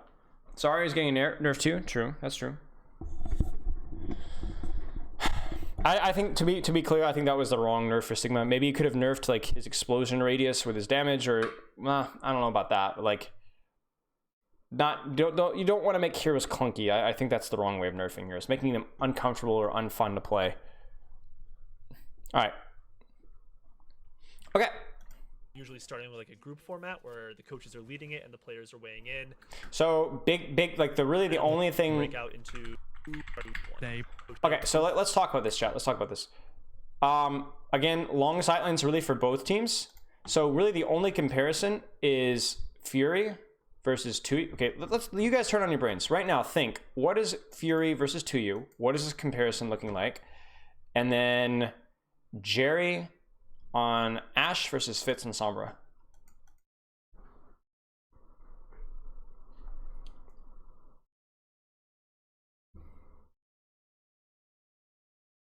So my thought process is that Fury is gonna play around slightly short sightlines, right? He's gonna enable Mag to go a little bit more aggressively. 2U is gonna do a better job of like being tempo and like playing in hyper aggressively. So what we want 2U to be doing is helping his backline to rotate safely, and trying to avoid bleeding ult charge, right? That's the big deals. 2U cannot get peeked or poked or whittled down early. That's really important. The other thing is, interesting thing is the Sombra pick. Now, I very clearly said that I don't think Sombra's good. I think Sombra's bad. I think Sombra is not great. I think maybe if Mag is on, you know, maybe you could theoretically say, okay, it's not as bad, but I don't think it's great. Now, what gives the Sombra a little more leverage, maybe, is the fact that you have Ball, Tracer, and Sombra as a group. So this group can beat this group, right? Because the Sombra's going to be able to help them clear out space. So what I want Sombra to be doing is basically utilizing angles and flanks, and to basically get onto the backline and to help prevent their ball tracer from ever marking backline. In other words, your job is to clear out, to be the chimney sweep, sweeping out this angle with your ball tracer, so you can get all the way to the backline here. And then once you get to the backline, you go in hard. Now, it's going to be very important that Fury, Bebe to an extent, Jerry certainly, that these guys get damaged in on these guys, right? Put some damage on Jester. Definitely get some damage on 2U. Scout out Fitz, because if these guys get on top of you, they have the harder dive now. So it went from these guys being a little bit pokier to where these guys are a little bit pokier, certainly with the Sombra and the D.Va. And if they don't find a way to like gimp these guys before they go in, it's going to be really ugly. Hey, Reaganomics, it's going well, man. Good to see you. How are you doing? So I'm not a huge fan of the D.Va Sombra, but if they can play at a really fast tempo, actually, let me put it this way. If they can set up properly, if they can get the Sombra all the way through and D.Va doesn't bleed ult charge and then fights happen, then it should go well. You can't force tempo, but once you get the map, you can. In other words, if you can't just run in and dive Zen, right? But if you get all the way around behind, maybe you can then. We'll see. I'm curious. This is where I'm less confident in my game knowledge, and I'm more going to be trying to see what I see and see what I can learn from it. Ranked or okay, chat. All that work and it just goes all right. I think they're going to say Sombra though. You doing fine? Good. Yeah. So Fitz is going to need to get around. Yeah, it sounds like a pretty holistic 8-hour-ish kind of day, plus or minus a couple All hours. that work and it just goes all right. So, Absolutely. Yeah. a good insight into how teams, or at least specifically this team, but I imagine a lot of teams follow. Do you see what Decay is doing, chat? Decay understands that, hey, they are running. We have like heavy poke right now because it's Ashe versus Sombra. So as long as our Ashe is like safe-ish and not under a lot of pressure, we're going to win. We're going to win. We have a nice long sightline here. We're going to win. So Decay's job is literally to play babysitter. His job is to find Fitz, Gesture, or Saebyeolbe and stop them from diving. Excuse me. If it's just a 2-man dive, Jerry, Bebe probably survive. If it's a 3-man dive, they probably don't survive. So his job is literally to just not even deal with the enemy backline. His job is to prevent these guys from diving so that his squishier backline with better positioning can spam. Who would you hack as Sombra? Probably Ball. Honestly, you're not even playing Sombra as much for the here's what you're playing Sombra for. Okay, let's put it this way. There's Brig, Zen, maybe Ashe here. Let's draw Justice up here. Ball, Tracer, Zarya. Okay, right. This is the comp, and then this is Brig, Zen, Sombra, Tracer, Ball. Zarya, yeah, that's it. Okay, so what you're doing is, let's say this little guy is Sombra, right? Sombra's gonna be looking to shoot or hack the Ball Tracer if they're in her way. If they're in her or Ball or Tracer's way, she will look to shoot or hack them. If she's successful, they die and they win. If she's unsuccessful and they go away, then she might not even look for a hack. She just might keep going and stage backline. And then she's behind the Brig Zen. 3, 2, 1. We all dive in. And the Sombra's on the backline. And she's not going to look for a hack. She's going to look for damage. You'd rather take that initial second and a half and just shoot rather than like look for a hack. Depends on the circumstance here. But you'd probably rather shoot. You're just another, like a budget Tracer on the backline. Now, what makes things interesting here in this fight is that Fitz is able to, these guys are able to get through without these guys stopping them. So I think you can see Fitz just gets through. Fitz gets through. Fitz gets to the backline, so he doesn't need to hack anybody. Ish kind of day, plus or minus a couple hours here or there or something like that. So Absolutely. Yeah. a good insight into how teams, or at least specifically this team. So yeah, this is really bad from Gesture. I'm not sure what's happening here. But yeah, you're correct. The fact that Gesture goes in and dives, but Fitz is not here. And Saebyeolbe's not there either. Now, Decay does a good job of slowing down Saebyeolbe a little bit, but this is a big chief feed from Gesture. Not sure what he was expecting there. I mean, you can look at the HP here. 1-man dive doesn't do anything. Follow maybe something within the realm of how scrim culture and how, professional play. And now they can push in response, and Saebyeolbe resets all the way. Bang! Map so far. And, that was excellent. I'm loving this duel, this Saebyeolbe Decay. Although that was the Decay and Friends versus Saebyeolbe. I think he didn't get the pure 1v1 he wanted there. We have Mag kind of getting. So that's a big mistake from Gesture. So that's a very easy fight win for Justice. Just off of Gesture just going in, and Fitz and Saebyeolbe are not ready at all. So people are saying that I think Prophet is out today because of an injury, so we're not going to be seeing any Prophet. So it's going to be Saebyeolbe Fitz the entire time. It is going to give us a lot of good Tracer versus Tracer. I think Saebyeolbe's role on the team, from what I can tell, obviously. They're looking for Sombra Translocator. Between fights, you might as well go look for Sombra Translocator, right? They know Ball's dead. They know Tracer's dead. They're in their spawn. They're not set up. So if you find Sombra Translocator, it's just you and Sombra. It's not like you're going to have to fight Sombra and the cavalry with it, right? It does seem like Sabiel is going to be more of a Tracer special. We know Fitz is a very good Sombra player as well. I actually was quite impressed by Fitz's Sombra versus Shanghai. Nice shot by Jerry. Sabiel does go down to Jerry. There's a two-man dive. Zen gets split. Zen gets really split. So they're trying to deny the gesture dive, but remember, it's not just gesture anymore. It's gesture, nor is it with gesture with an Ashe sightline that your Zen can avoid. It's gesture with the Sombra right here. That's the mistake. Versus Shanghai specifically. And Bebe gets annihilated. There's the value of Sombra right there. Now, obviously, gesture once again kind of forces an engage right down main, and Sabiobi's dead, so he's not able to provide any pressure either. However, there's the value of Sombra. She can be anywhere at any time if she doesn't get spy checked when it comes to a dive. She's just sitting there. There you go. Well, but I'm really not loving these engages from Gesture. Gesture is just running it down mid. And how does Decay die? Decay! Senor, calm down. Must be a right click or something. Seeing some of the ball mechanics coming through. You guys doesn't matter though. Very strong control over this opening archway, over the opening choke. And so far, Soul have spent about a minute and a half really struggling to make. And Fitz is just going to farm some EMP because he knows that there's nothing to do in the meantime. Fitz has built up a lot of EMP. Fitz, it's almost funny because Gesture has been feeding so much. How does Fitz build up so much EMP? Archway over the opening choke. And so far, Soul have spent about a minute and a half over this opening archway, over the opening choke. Oh, he finds Fury by himself.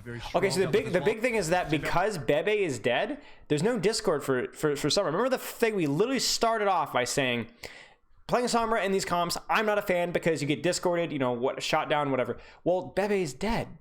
Bebe gets split from his brig and feeds, so either close or Bebe fed, and now Sombra's got free reign, man. Like, Sombra is complete free reign. Sombra can do whatever she wants right now. Because who's gonna stop her? Jerry's the only thing that she has to worry about. The only thing that she has to worry about. Look at her, he's gonna hunt on Fury. He's shooting Fury. Fury almost dies. So far, Soul have spent about a minute and a half really. Look at that EMP charge. That's pretty good against this comp. Not gonna lie. So I think that's my next looking point will be seeing how you guys handle. And do you see how slow they have to, careful they have to be? They're like, we don't want Bebe to get spawn camped, you know? Spawn camping is very scary. Some sort of counterplay. Oh yeah, I feel like a little bit of a panic EMP there. I think maybe you could have gotten more for that. We'll see. All right, so let's look at this here. So they're very slow to set up because they're babysitting Bebe out of spawn. This gets them out of choke. They see Fury split. Fitz says, Fury split, get this boy. Oh yeah. Sombra, Tracer, Ball, all there, bang. Now, I feel like a little bit of a panic EMP there. They counter rally. Maybe you could have gotten more for that. We'll see. And Sabiobi just doesn't Sabiobi doesn't have Translocator or recall. Not sure. But the supports are there. You know, they're getting up there. I thought they might have been a little bit too far. This is really good for Dynasty. You've got a lot of space here. I'm telling you right now, the amount of times I saw Mag on Runaway where he's just alive on 1 HP and somehow surviving. Some of that will be coming down to the fact that he is. How does Fitz die? He's just alive on 1 HP and somehow surviving. Some of that will be huge right click. He is playing ball, which has a lot of survivability, but that is a hard pill to swallow for the opponents to be like, man, this should be lost. That's a tilter. Yeah. He did go down. Chat, I'm pretty sure they grabbed in the corner. I'm pretty sure you grabbed in the corner. That's the only way Fury dies. In other words, they grabbed the corner. Trance was here, and Fury was on the other side of the corner. I'm pretty sure that's just what just happened off screen. I'm pretty sure that's what happened off screen. On 1 HP. That's a tilter. Yeah. So I'm not gonna go over too much of these Deval fights. Probably gonna be the end. So I'm not gonna go too much over these Deval fights. The big thing there though is that crucially, Bebe gets picked really unnecessarily, and Decay gets picked as well. Now what this means is this gives space for Dynasty on their next fight to walk through choke without being spammed because Bebe is being escorted out of spawn. So you guys can walk through the choke, get all the space for your dive as you want. And remember, you don't even need long sightlines to get value out of space, right? You can just have, hey, the reason we walking through the choke is big is because look what happens here. Right here. Look for some sort of Sabiobi, Gesture, and Fitz can play where he wants, but Sabiobi and Gesture are literally all the way through the choke, and nobody even knows that they were there. They're like, whoa! Whoop, I just ripped out my earbuds. Like, they were there. Like, they got there instantaneously. And they got there because they were escorting Bebe out of the choke. They were able to stage a dive instantaneously. And I also like it that Fitz wasn't being greedy with his EMP. He just says, you know what? Let's just go. We got a kill here. We got a good kill on an angle. Just go. And then Saebyeolbe dies for whatever reason. But at this point in time, like right now, Dynasty is in a much better position to win the fight because they have all the space. They're not stuck in a choke anymore. They're out. They're spread. They can stage dives. They've got cover. They can establish point pressure. There's a lot of things they can do now. Punished, but So that's a big thing. it's a tilter. Yeah. Okay. All right, we keep going. There, I noticed Fury went down. Mag took a while to So go this down, is he goes where, through, comes back, goes down. But you bled a lot of time off. Ooh, you've got Jerry, some what are you doing, my friend? You were good 70 knowledge HP. from What ground, on so earth is this man really doing? good fight coming up. Creative will be able to counter those. We'll see Jerry how is sometimes a little too aggressive for my tastes. You're kind of pointing Okay. fight coming up. Creative will be able to counter All right. those. We'll see how that works. Fury gets discorded. Peaks gets annihilated. You're kind of Holy pointing out cow. there, I know, from the But casual Creative gets fan split. perspective, sometimes the question is, like, how can I be? I think one of the things that when I was working with Wizard Young, we talked a lot about, like, how can casual fans get better. Like, one of the first things you can do is ult tracking. Right? Jerry, I swear, a little too aggressive. Like, how can I be? I think one of the things that when I was working with Wizard Young, we talked a lot about, like, how can casual fans get better. Like, one of the first things you can do is Like he needs to be able to coach gun back up to the high ground and not back up to here. Okay, so like again, like we look at the compositional matchup here, and it's essentially looking to control sightlines for these guys, and these guys are going to be looking to battle on the flanks so that they can get the dives to these. So in other words, your ball tracer are going to be fighting their ball tracer as much as you can, so that you can eventually get to Jerry and Bebe, because you don't want to be playing out in the open versus an Ashe. Hydrate, thank you. You need to work to get around so that Jerry can eventually die. right. And so looking at like that baby, like the EMP versus trans race. Disgusting. Saebyeolbe, come on, man. Like that Saebyeolbe's- baby, like the EMP versus trans race. Yeah, he needs to recall earlier here. Like that baby, like the EMP versus. Yeah, he just gets trans 180 race. headshot right in the It gullet. may seem super simple, but like that's something that will Pog probably spectating. come up in our coach discussion, right? It's like, okay, we knew they had a Sombra. We saw at the very beginning that we were on Decay's POV and we were watching him spy checking like way into the backline from the beginning. And so at that point, like, is it Okay. They have high ground. Are we gonna see a dive? There's got to be aware of EMP, right?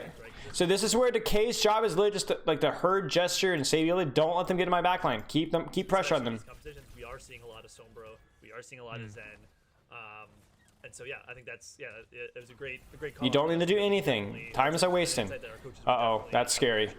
Ball tracer are set up. Do you guys have, and again, it's something that if you're willing to speak on it, do you guys have access to like in scrim stats? Ooh, wow. Because I think one stat that is actually reasonably important for Zenyatta is actually Okay. the damage profile. Because, Please spectate, Zenyatta's please, stats, I'm begging. coaches then look Chat, at this it, is so hard to they have a coach. lot of damage. So you guys have access to stats.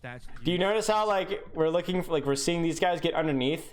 Why are they going underneath? Well, it's not just because they're a brawlier comp, because it's Sombra versus Ashe, which is slightly, I guess you could call brawlier. But the important thing is that they know Jerry has high ground. They have not been able to remove Jerry from high ground. So you cannot play in a location where Jerry's high ground makes you cry. So you play underneath the high ground. You push cart, play underneath high ground, look for them to drop, contest, then EMP. This is YouTube, yeah. your coaches then look at and try and analyze as well. Yeah, and I think I'm a little disappointed. I guess it makes for a cleaner visual here, but the map mode that we use Oh, in scrims big actually grab. usually has like a stat tracker in the upper left, like this neon green. Saebyeolbe, come on, man! Upper left, like this neon green.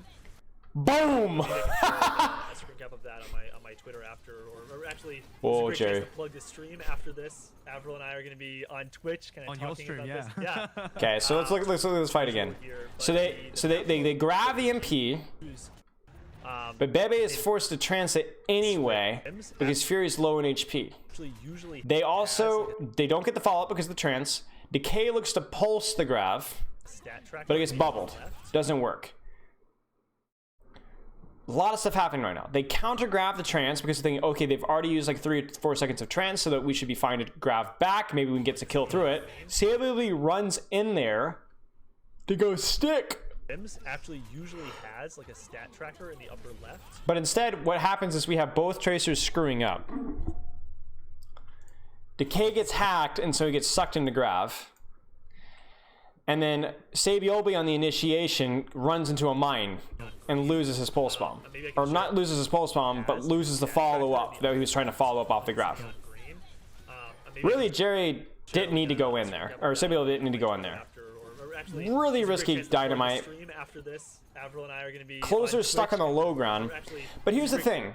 Remember we talked earlier about how Chaos is an advantage to the composition that's more short range? Well, you can use that argument here, right? With the Chaos and the short sightlines, the Ashe has a lot harder time getting value and the Sombra just does more.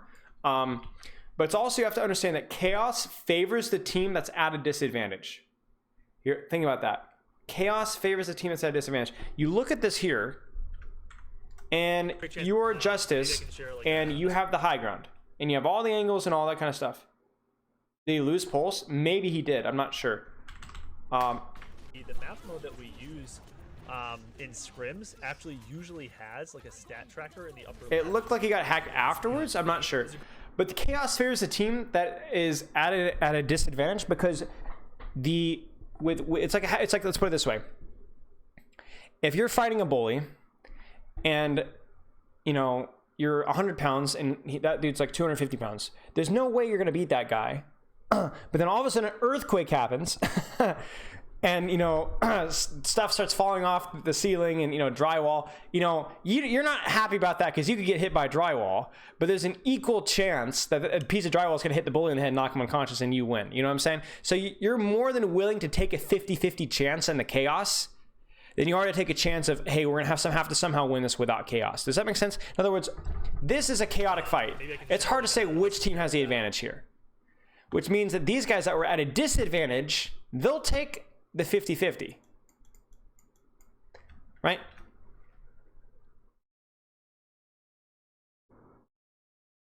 They'll take the 50-50. Like if you went up to a person who's starving in the streets and said, hey, there's a 50-50 chance that you win $1 million or that you owe me $100.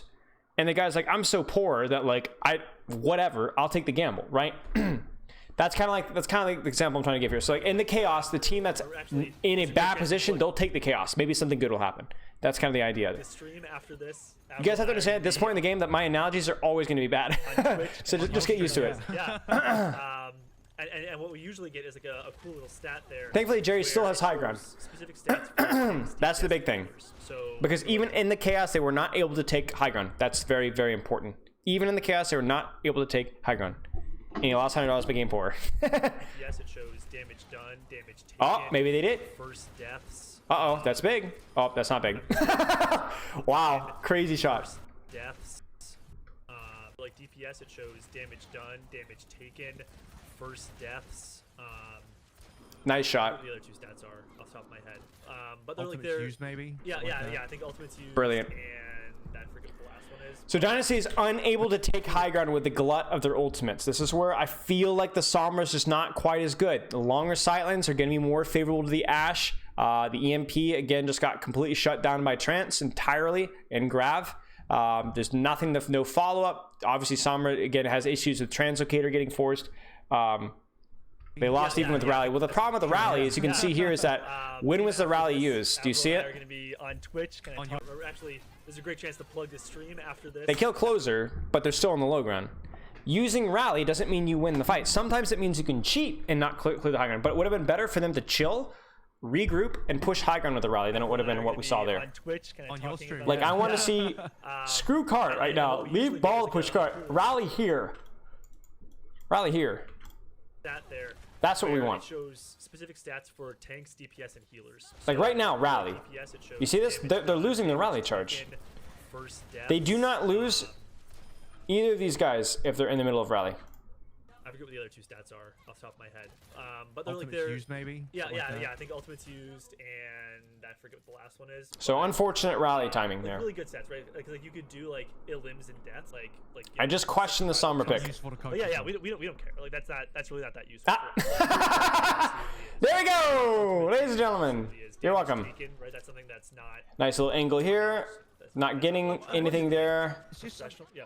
I think you can get damage taken. I've seen that in some like more tier There's 2 the, and below the scrims, summer when swap. they use workshop, there is going to be a damage taken stat, but usually there's nothing. So that what Dynasty you can't has to damage do taken. is they have to rotate from here to underneath. Again, you either clear out the high ground or you rotate where the high ground isn't valuable. They do both. They get out from underneath the spam angle and they get onto point or on under the castle, and then they can also use castle to clear high ground. Now the dangerous part is getting this little boy across. This is really scary for a Zen player. Some like more tier 2 and below scrims, that when they use workshop, there is going to be a damage taken stat, But they do usually- get it, usually just there's barely. Nothing major coming out of that unless. Like Just barely they get it. Taking too much damage or maybe Questionable DPS. closer. Questionable, There was questionable, actually another- questionable. I'm trying to remember now. I got sidetracked. I'm trying to remember. There was one stat. Yeah, ult efficiency. I was excited. Sorry, I saw. Taking too much damage or maybe one of your DPSs. This feels greedy. There was actually another. I'm trying to remember now. I got This feels sidetracked. way I'm too trying to remember. greedy. There was one stat. Closer pays for it as well. There was actually another. I'm trying to remember now. Ult's taking too much damage or maybe one of your DPSs. If you're going to push, you need pressure from this angle as you're pushing this way. So you would need Decay or Mag to be on this side here, and not everybody all going into one area, because yeah, you're rallying. Oh, we're just going in and rally. But even with rally, this feels scary. You can see it's like, how does he die here? He's rallying because he's walking directly into the middle of the enemy team. was excited. Straightforward. I saw closer You move. need pressure from the opposite angle. In there, I thought he was gonna have the boot, but he didn't. Sorry. Questionable, Cutting you off there. I'm Almost. getting. Decay It worked out. though, so but you was a got little 30 lucky. Seconds left. So actually, wise, but it does look like here, grab pulse ready to go. You know, it's just boom. Decay's got a lot of damage done. Fury's up there as well, and creative nearly onto the transcendence. It's about 15 seconds here. It will. Okay. I think you guys look like you're too. Look at Decay. Don't you dare contest my Zen on high ground. And yeah, I think we saw Fitz make the Oh, swap onto the no. Ashe there. It wasn't gonna be able to What? What? I think you guys look like you're too stacked on ultimates to lose. It does seem that way. About 5 ultimates coming up. You guys. Fury. I think you guys look like you're too stacked. on Fury ultimates gets to lose. It does seem blown that way. About 5 up. ultimates coming up, you guys. Look at Creative's ult charge chat. Again, Creative and Fitz, I think, simultaneously shoot him. And yeah, I think we saw Fitz make the swap onto the Ashe. And Bebe gets stuck. And yeah, I think we saw Fitz make the swap At onto the 90%. Ashe there. Oh, jeez, that sucks, chat. But I know we. Okay, like, again, Fury just gets blown up. Let's keep, we have to chill. Like, let them, don't make, like, here's the thing. Don't rush it. You have an advantage, don't rush it. Yeah, sad, he gets blown up. Fitz make the swap onto the Ashe there. I wasn't gonna be able to get the bob in time. But I know we say Yikes. that, but that was a. Caden's, so we'll regroup here. Which I think Okay, this is just lost. You had more ult charge. I mean, that's just a great play from Sabiolbi. That's a great stick, but more importantly, Fury dying there really unnecessarily. Very concerning. Should not have happened. He got his head blown off. Yep. Could have had the trance ready to go.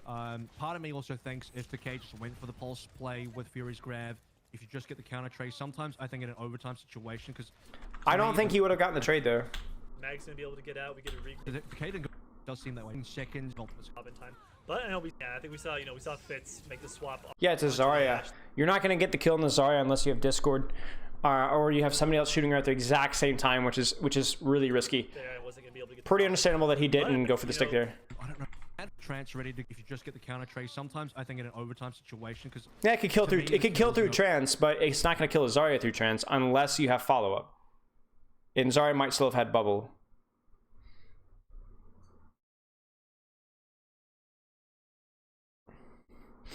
Yeah, if you'd had Discord, that'll do it.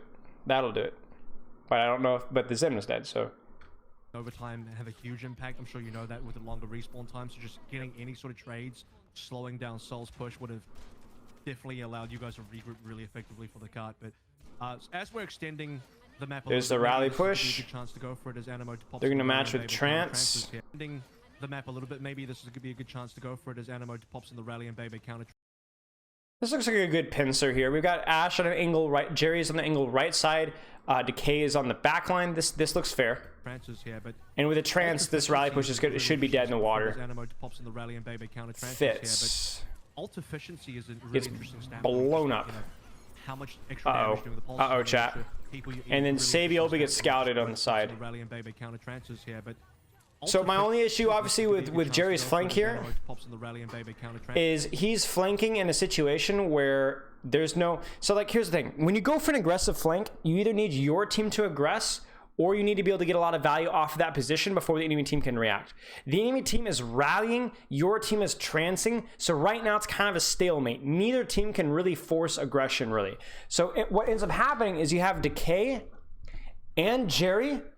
Jerry here and Decay here both are forcing aggression in, not in a situation where they can like really stabilize. Like Decay can kind of go in and then he should be able to go out and try and stabilize. Instead, he goes all in. Jerry goes all in on a flank where he can't get supported. But again, neither team's going to be able to kill each other because they're both popping support ults. So it's more important in this situation to take good space, take good angles, and survive than it is for you to go all the way in. So Jerry goes in here. Francis here, but ultimately allowed you guys to regroup really effectively for the cart. But as we're extending the map a little Rally, bit, rally, rally. Your team is not getting kills right now. Rally and baby counter transfers here, but And so what happens is then Sabiel says, oh, okay, there's an unsupported Ashe over here, I'm gonna go kill him. Oh, there's a Tracer over here, oh, I'm gonna go kill him. So overall, it feels like it feels like Justice gets greedy. Justice gets greedy. They get sloppy in these situations where they shouldn't be getting sloppy and they get punished for it.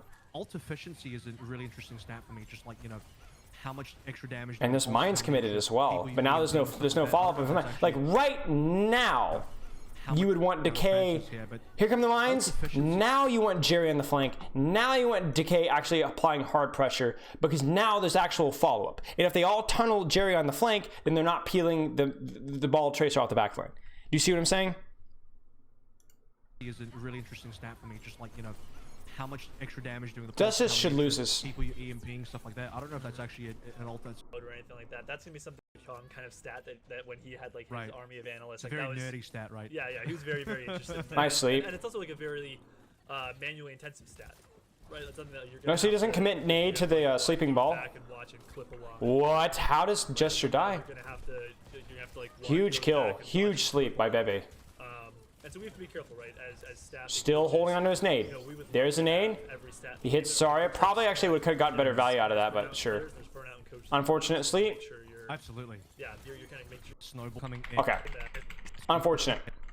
chat and make So I'm really not a big fan of the Sombra pick on second for sure. First, maybe it's like a gimmick to be able to cheese first by putting pressure on the Zen because your Ashe has terrible sightlines. On second, the Justice did a phenomenal job of just maintaining high ground, using ultimates to maintain high ground, ultimates to maintain high ground. When they got greedy with the rally and grab, they got punished both times. When they went to forced aggression into enemy space. In other words, you have high ground here, so this is where you take fights. So if they come into your high ground, that's where you take the fight. But instead, Justice were like, okay, we got all the high ground. Just kidding. Run all the way in, like, you know, like Tarzan. And then they get picked, right? They just go cast their bodies off the high ground. And that's the exact same thing happened on Nepal. You guys remember that? Why am I not an Al coach? our decisions here, as I said, in this APAC meta. I mean, I don't know. There's a lot of coaches out here. There's a lot of coaches in tier 2 that could do a good analysis. Are you going to get more value from that Zen or from that Ana? You know, on attack, obviously, Ana's going to have a little bit of that benefit. Why am I an Al coach? I flippin' hate birds, dude. Viable. You know, can we get away with not having a great? Okay. There's not a whole lot to say here. I'm gonna be interested to see how Jerry gets a good sightline here, because this is where, remember, we saw the Sombra here. You know, they're like, hey, screw that, we're gonna play with Jerry. Now it's worth noting that we're seeing double bubble here, so we might see this as like, hey, we're gonna brute force our way through short sightlines with Ana and Winston, and then yoink them, yoink, yoink, yoink, right? So creative Animo might even play high ground here. We might even see them play high ground. Grab counter, or like is like and playing wide, or is Just pushing up a yeah. lot. Well, that was kind of risky, actually. So baby just push up and take advantage. Yeah, you don't love it. One thing I actually think is quite interesting is Okay, stabilize. You got the short sight line here. Stabilize, stabilize, stabilize. This is where, again, you'd like to see Fitz splitting off a little bit, just like we were asking him to do on Nepal, and start to put pressure on these guys. Because remember, if these guys get into a nice little hot little clump here, and they push out, and then, you know, Jerry gets an angle, Decay gets an angle, you guys are toast. You guys need to find a way to be able to split here, spam, put pressure from Tracer Ball, and then again, as they initiate, this boy needs to be smashing. Mag was But the, purposely taking a lot of damage that Baby could get the ult charge. So Ooh, for people that wow. are not sort of aware, a lot of double bubble strategy comes down Look, to that was a just greedy feeding jump. the nano boost over to your Ana quickly, and then getting this double bubble. That was a strategy very comes greedy down jump. to Kind of just feeding the nano boost over to your Ana quickly. Sort Man, of aware, Decay, a lot of double like- bubble strategy comes down to kind of just feeding the nano boost. yeah, so again, look at Decay, chat. Look at Decay, look at Decay, look at Decay. Look at Decay right now. What? Oh, Kind of just feeding the nano Oh, oh, I know why Decay is greeting. Okay, so this is unfortunate. Animo is 1 HP and purple, so that's why Decay goes in, but Creative literally one-shots him. Look at Decay's HP. Sort of aware, a lot of double bubble strategy comes down And to kind of just feeding the nano that's insane. What? boost over to your Ana quickly. Okay, and then Jerry a gets lot of too double far bubble strategy split comes and down gets to kind of pressured. feeding the nano boost over to your Ana quickly, and then getting this nano into primal going. You guys have kind of popped in for a very early aggressive dive. I think my internal timer, I don't know if this is accurate, this kind of Ana quick sort of where And the now- double bubble strategy comes down to kind of just feeding the nano boost over to your Ana Man, what could Justice have done better here? quick kind of seconds, but Mag was purposely taking a lot of damage that Baby could get the ult charge. So he's not jumping. He's jumping in before he has bubble, but he will have bubble as soon as Sorry bubble breaks. For people that are not sort of Fitz aware, is a lot of double bubble split. strategy comes down to kind of just feeding the nano boost over to your Ana quickly, and then Yeah, getting it's hard for me to see what Jerry, like what angle Jerry was, but I'm scared that Jerry was once again taking an angle outside of Brig LOS that might or might not have been the case. Kind of like what we saw in the last point of third. Hey, buttface. But what angle is Fury on? Fury's just sitting main. Fury's just with main with Mag. They're just going in and choking space out here. But as they choking space here, they're losing to here. Which to me, it's like once you get them into this small room here, that's when Jerry wants to get supported, but he doesn't get supported. So I'm not sure if he was outside of LOS or what. This bubble is dog. popped in for Terrible bubble from Mag. The enemy team wasn't doing anything. over to your Ana quickly, Like, why are you and then bubbling getting this? nano You can't push through into here. You just can't. I don't know what you're doing. You guys have kind You of just popped honestly, you in just for jump off the map at this a point. very early aggressive Like, dive. I think my you're not internal gonna win timer, this I don't know fight. if this is accurate. This might be completely rubbish, and Supreme might look back at this and say, "What is Avril talking about?" But in my mind, when See what I Avril look says. at double bubble, especially on attack, I'm looking for like a sub 1 minute or about a 1 minute nano boost available. Then send your Winston in to try and get some stuff going on. I mean, Maybe sure. I think farming nano is perfectly viable, like while you're taking space there. But I think they just saw that, hey, that we can take a lot of space here. Like we can just go in with bubble. We force that because, like, you look at this here and you look at like why is Mag going in this aggressively here? And I think there's a really clear answer to this. The answer is this: Jester's 1 HP. Jester is out of the fight. Jester's not going to punish them as they push, so that means that they can push for free. The problem here is that we don't know where Jerry is, and so I assume that Jerry was too aggressive. Like, double bubble I feel like Jerry was over here outside of support LOS. Because I look at Ana right now, down to kind of just feeding the and I see Ana pushed all the way up here, and I don't know who's puppy guarding Jerry, and that concerns me. quickly, and then getting this Like, I honestly, I just can't see. And in this bubble, and yeah. But it is a fair point from Avril to where, like, maybe at this point in time, certainly, if you can keep Jerry up, the nano boost over to now you just farm Nano. getting this Now you just farm Nano, just chill and wait for them to recontest, and then you'll have Nano pretty soon. in for a very early aggressive dive. I think my internal timer, I don't know if this is accurate. This might be completely Yeah, Avril's a good dude. boost of it as well. I like Avril. This particular fight did seem a little bit slightly more forced. Decay does get behind. Maybe That's you guys big. saw an That's going to be opening. free pressure on Zen. See it from maybe Mag's POV. Possibly Yeah. he saw an opening and you guys went in together on that, and then kind of just eventually evolved into. An actual What fight. is going on? Oh No! I don't know what Mag is doing. Maybe you guys saw an opener on that. Mag must have gotten booped by a ball. Eventually evolved into an actual fight. I guarantee that's a boop by gesture. But that sucks. And this Nano is... No, this Nano in it. No. I would have literally let my monkey die rather than use Nano there. What it... Look what he's supposed to do! What is he supposed to do? We're gonna have to wait for the cooldown of the bubble. Oh, no! Again. The K is on the backline at He least. won in that first engagement. Didn't get a ton from the nano either, though. The nano ends up being. Hey! Nano either, though. Creative gets one clipped. Yoink! Decay on the backline gets away with it. The nano ends up being. Honestly, though, I feel like Decay probably should have waited, though. Like, I know this sounds awful. He just one-clipped him. What the heck are you talking about? He's going now before Mag even goes in. Maybe he just saw an opportunity and went for it. The nano ends up But, being. okay. Weird bubble Most of the again. bubble, but I think this is a huge kill. The can't kill in creative without him using Transcendence. Really weird bubbles from Magman. Like, honestly, weird bubbles. Like, you have to be very careful about Zen right clicks for sure. But Zen's dead. Zen is dead. There's nothing that's gonna like instantly annihilate you right now. The Nano ends up being not the bit most. Like, I would have preferred him to take a body shot. Maybe he's concerned about whip shot. But I think this is a huge kill. Not a terrible bubble. Not terrible. I'm not a huge fan of it. But I think he could have waited a little longer. Gonna give you guys a lot to work with, but again, Decay can do what he wants. He doesn't care. True. No, I think so. Sabiel, you the best tracer in the world. He said yes. So we're going. Sabiel was trying to get back into that kind of peak form right now. And it's looking pretty powerful. I mean, this isn't really a cast butt face. This is just kind of like a chill thing. They're just kind of screwing around. Trying to find out what's remaining here. You got your DPS ults available. Pretty much Fury's nearly on a grab, so still a lot of chance. Oh, nice whip shot. Creative. I'm gonna be looking forward to seeing Questionable armor pack. about countering this one. Yeah, I think we're beginning to see a bit of why. All right, so they're gonna rally push. Really strong here, really comfortable. There's the rally plus Bob push plus Grav.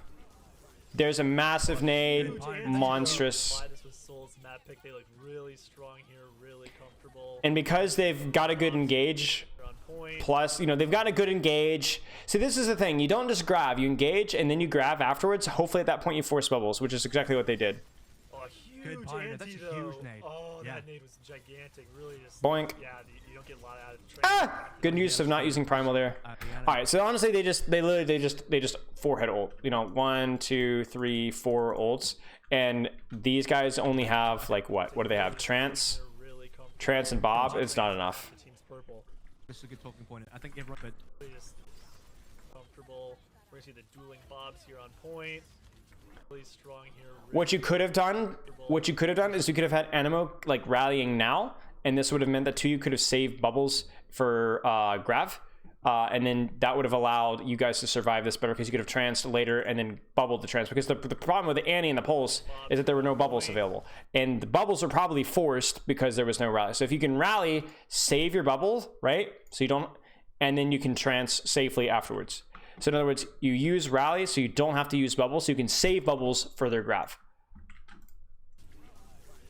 Yeah, you don't get lots. it's really people look with the Alright. on the Ana in that previous fight. You know, is there? So is Fitz going to be able to leverage the high ground enough? Is Creative going to be able to leverage the high ground enough? Finding closer in Bebe and how you guys kind of put the team together from the support POV. Ah!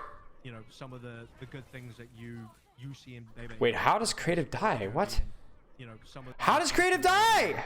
how you guys kind of put the team together from the support POV and you know What? He gets headshot by Jerry and right click by Fury at the same time. in Bebe and Look, he's just right here. He just peeks for a right click. kind of put the team together from the support Ba-bang! POV and Yikes. That sucks. That's honestly so unlucky. you see in Bebe and closer.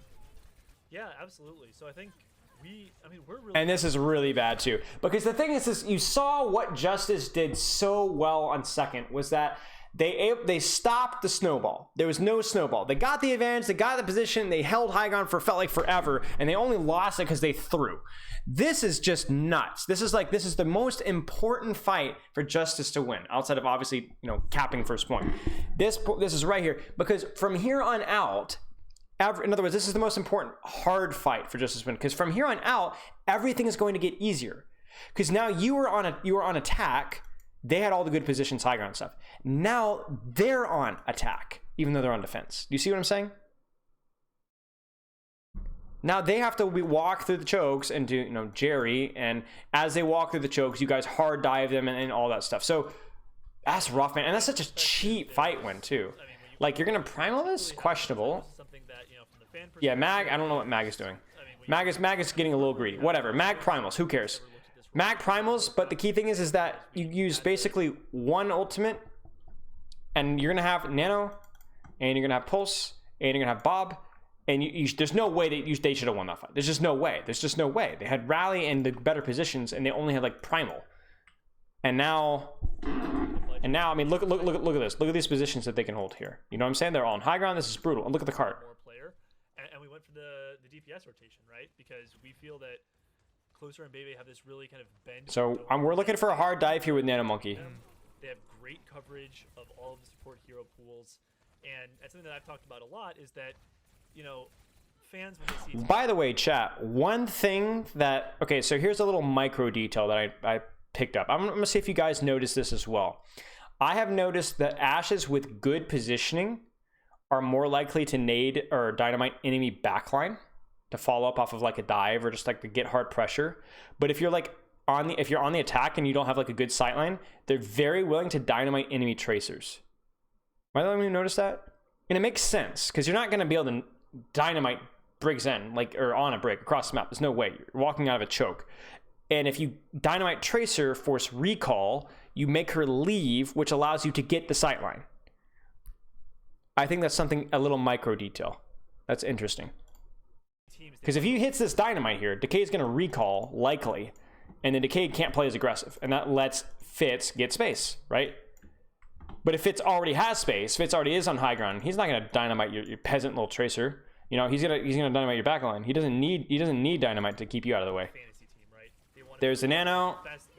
They want the dream team. There's the rally. But the problem is that That's a really good rotation from Justice, though. Like, really, or from Dynasty. Really nice rotation. And obviously, because they come this way, look at Decay's positioning. Decay is very mispositioned for this. Now, Decay is not mispositioned, period. Like, he was there to check the door. But do you see how, like, this is going to be really hard for Bebe to, like, actually get, like, and to get any value here? Like, Nade has to land here for them to get kills, and Nade doesn't land. Blocked by his hard bubbles, maybe missed entirely, but this is rough. Like, They want the dream team. Yeah, they want the dream team. this is really rough. That, like, on all of these teams. And now, Justice, do you see how they flipped the map on them? Look who's on high ground now. Do you see Fitz? That, like, on all of these teams. Uh-oh, Fitz is on high ground.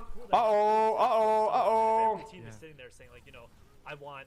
That's the rough. Nano, I want the pack. I want. Like, So what? So you tell me, chat.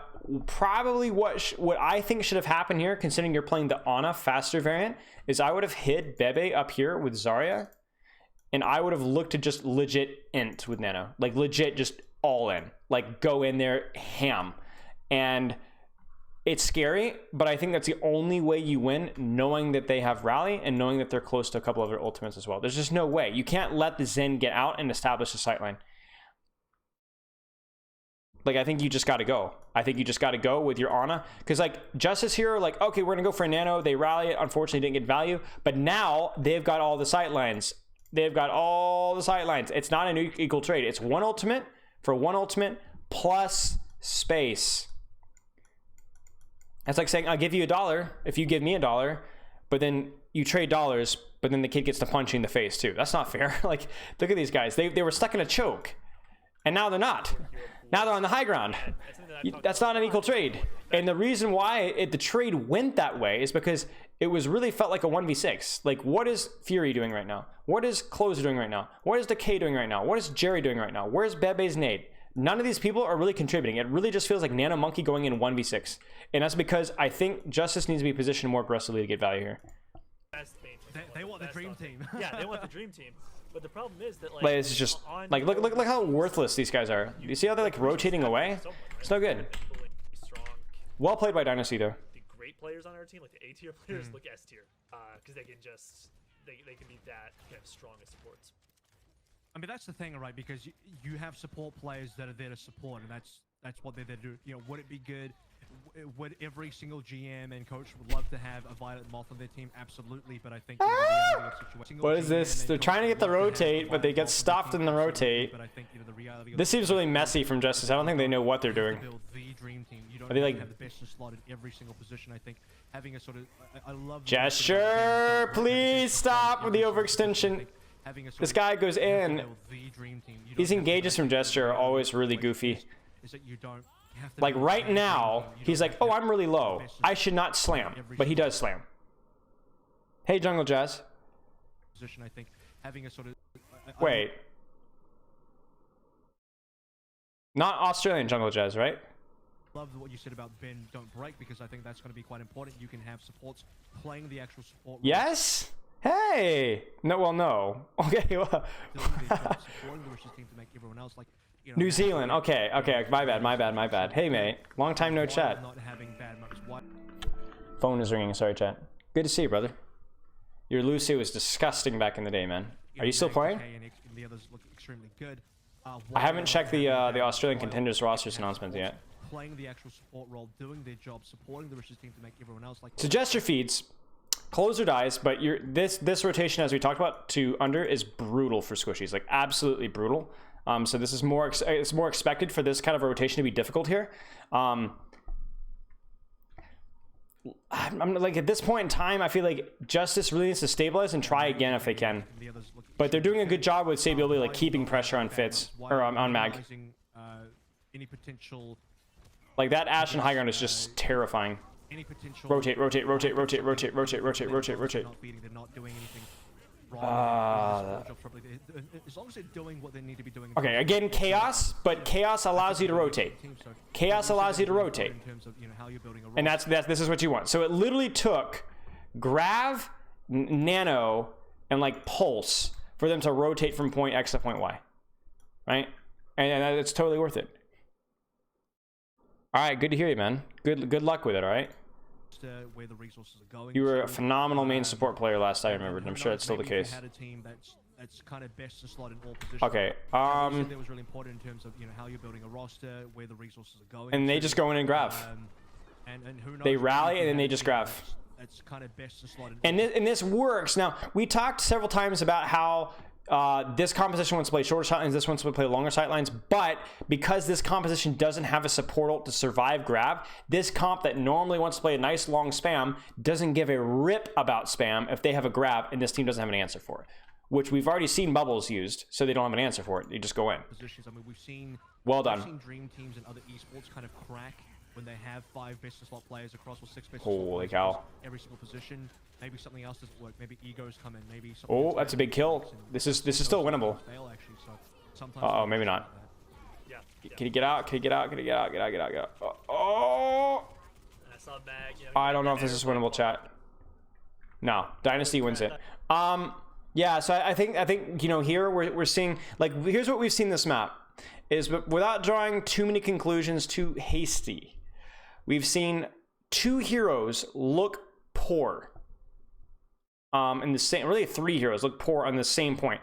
Chat, what's the difference between first and second point Eichenwald? And which heroes looked bad or struggled on second point, but did well on first? Think about that. I mean, we're gonna talk about it right now, Jungle Jazz. High ground, Sombra, yeah. High ground and sightlines. I think Sombra, no bueno. Second, no. Winston, also no bueno. No. High ground, but sightlines. I think this hero is just too strong, and I think this hero is just too strong on this point.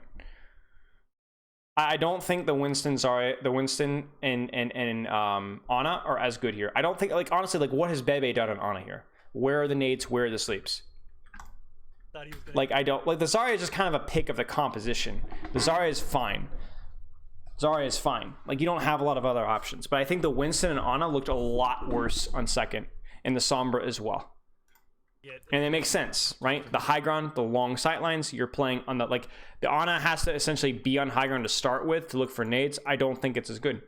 I think you could, if you can set up your Zen and, your Ashe, these heroes are much better, and that's what we've seen here. They were playing on card. Exactly, but the point, Mr. Oreo Man, is that they couldn't even get to high ground. Getting to high ground was like intense emotional agony. By the time they got there, they'd already been poked out, like, tremendously. Remember, they made that rotation? It literally cost them 1, 2, 3 ultimates just to make the rotate. And then once they made the rotate, this team goes, okay, we go grab you now and you're dead. And you don't have an answer for Grav. So I think the key thing is the sightlines that are oppressive here. Like, this is a map where you definitely would play Ashe over Echo, almost certainly. And I just don't think the double bubble comp looked as good here. I just don't think it looked as good, and I think it looked good for a very specific reason. So my thoughts, Jungle Jazz, are this: it's double bubble in the shorter sightline maps probably does fine. Koth, things like that, does fine. I still think this comp probably can do very, very well against it when played properly on longer sightline maps. So that's my take on it. That's my take on it, at least. What do you guys think? We'll take another short break, and then we'll maybe have time to do the last map. Like, it's just tough because it's like, yeah, you want high ground. Like, that Winston comp might do better on high ground, and the Ana comp obviously do better. Every comp does better with high ground options, but getting there is rough. Getting there is rough if you already have that position. So I think in that situation there, I think we would have liked to see Mag go ball, Bebe goes in, and see how that goes. Because obviously being on the floor as ball is in is also bad, but making that rotation is easier because you're faster. You're faster. Dynasty running what's meta right now? I mean, it makes sense. It makes sense. It makes sense. I haven't watched a lot of European trials. I watched the first match because my boy Alex was playing, but I didn't get to see any of the matches afterwards. What did we see from European trials? I'm curious.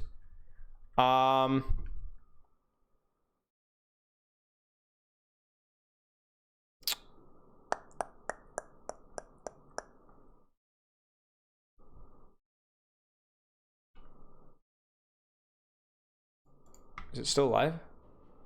Skip. So we saw a lot of like goofy. I think of one team was just an avoided one trick.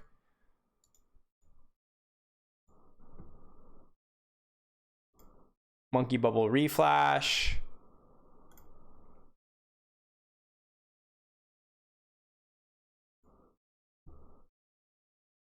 Does anyone? Okay, I'm not seeing it.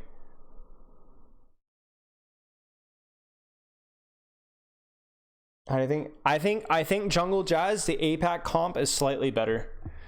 And the reason for that is I just don't think Mei is super strong. Like, I think Ryan is probably a strong hero. Kree's fine. Diva's fine. Bap, Lucy are all fine.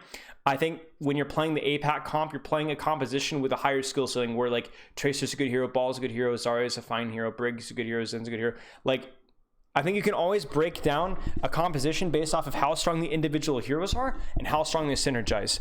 And I see great synergies between both compositions, but I just think that on paper, the individual heroes and the APAC comp are better. And I also think it's more flexible. Like, the problem with Brawl is that it does have map-specific strengths, but if you look at Overwatch map pools, generally the map pools have more high ground and more sightlines, and that's where Brawl is not as good. So Brawl is going to be absolutely oppressive on control centers, night markets. It's going to be probably better than Dive on most of King's Row. It has a lot of viability on maps like Hanamura, but it's a very map-specific composition where the Dive stuff is also map-specific composition, but instead of being like 30% of maps, it's like 70% of maps where it's good. So optimally, you'd be able to play both. Like, I think Dive is worse than Brawl on certain maps. I think some APAC teams are forcing Dive on maps where it would be better to play an optimal Brawl. But that's the key, is an optimal Brawl. And most teams aren't going to be able to play both compositions at the same level, so that they're going to have to kind of one trick one or the other. Codex, thanks for the sub. So I think the reason why we see APAC teams playing more Dive is because I think it's more viable. Like, it has more flexibility. Like, you can go Ball in this map, and go Winston in this map, and go On in this map, Brig in this map, Echo's better here, and still kind of have the general same playstyle, as well as APAC generally has the better Tracers and have the better Winstons. Whereas like Western is more known for like the Reinhardt and Brawl play. Do you think Sombra will be a popular pick in APAC? No,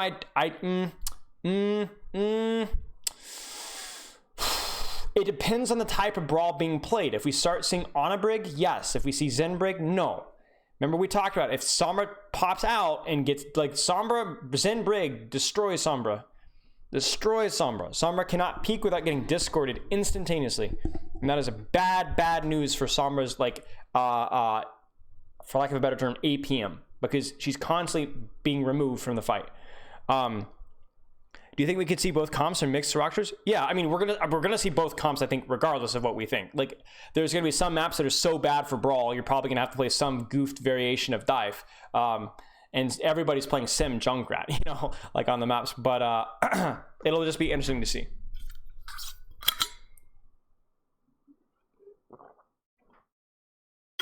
But I do think right now, you are seeing a relatively balanced meta in terms of what's viable. There are very few heroes that are bad right now. At least from what we understand.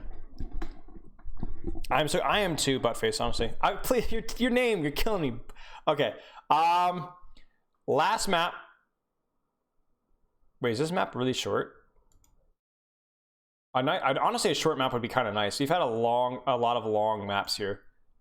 106 to Yeah, this is a short map. Chat, we'll take it. We'll take it. We'll take a short map. Just keep saying it. Dorado is pretty short? Yeah, we'll take it all day long. Dorado is a monster map. First point is this is one of the points, like Anubis first. What are some other maps? Anubis first. Night Market first, maybe. Gibraltar first. There's a lot of first points in Overwatch, a couple first points in Overwatch, Volskaya to an extent, where you literally have to like spin and like theory craft to figure out how to break this, because high ground, high ground, high ground, high ground, awful choke, awful choke. It's miserable. Hydrate, thank you. Thank you for the sub again, appreciate it. So when you have a map that's oppressive for defenders, attackers have to like sit there and like brainstorm. And as a defender, you have to brainstorm about like how can we best leverage this. Like if you're given a nuclear weapon to beat up somebody with, okay, that's probably not the best example. You don't want to just use it. You got to think about like what's the best way to abuse it, because this is really strong. I want to make sure I use it the right way. Numbani, yeah, exactly. Okay, nuclear weapons. Okay, what's the best way to use this nuclear weapon? Probably not the best analogy. Okay, I mean, no surprise whatsoever with compositions here. You know, dive, hey, dive is strong. There's high ground. And it's a dive hybrid with, hey, ball, long sightline. Ball's better than long sightlines than Winston. Zen, long sightlines. Ash, long sightlines. Big surprise. Posture check, thank you. So no surprises here. What we expect from these guys, probably a mirror. You could definitely play double bubble here, because if you could somehow safely push cart, you can take this rotation here, and this is a short sight line. You can take this rotation here, and this is a short sight line. But then the issue is once you get the cart to choke, you then have that massive gap, right, where we know Widowmakers like play in the far back bridge, and that's where double bubble is not going to be as good. Echo not as good either. Echo not as good either. Tracer Sim. Well, chat, why do you think they're playing Sim? Why do you think they're playing Sim? Think about it. So they have to clear high grounds, right? So how are they gonna use the Sim? Steal a high ground? Yeah. I mean, you're on the right track. Yeah, they're gonna TP from here to probably here and then go up and clear the high ground. Because if you just like, how many times have you guys play this map in ranked and just like push cart and then just died to crap like this, or died to crap like this, or been stuck in the choke? How many times have you guys raise your hand if you've been held 4 minutes right here? Multiple times in ranked before. I know I have. And that's because you lose to high grounds, you lose to this, you lose to this, and even if enemy doesn't use these, they're all spamming this one tiny little choke. So you have to get your guys set up on high ground so that they don't have to look at the choke. Like your Ashe doesn't want to be shooting from the floor. She like to shoot from here or here or here, right?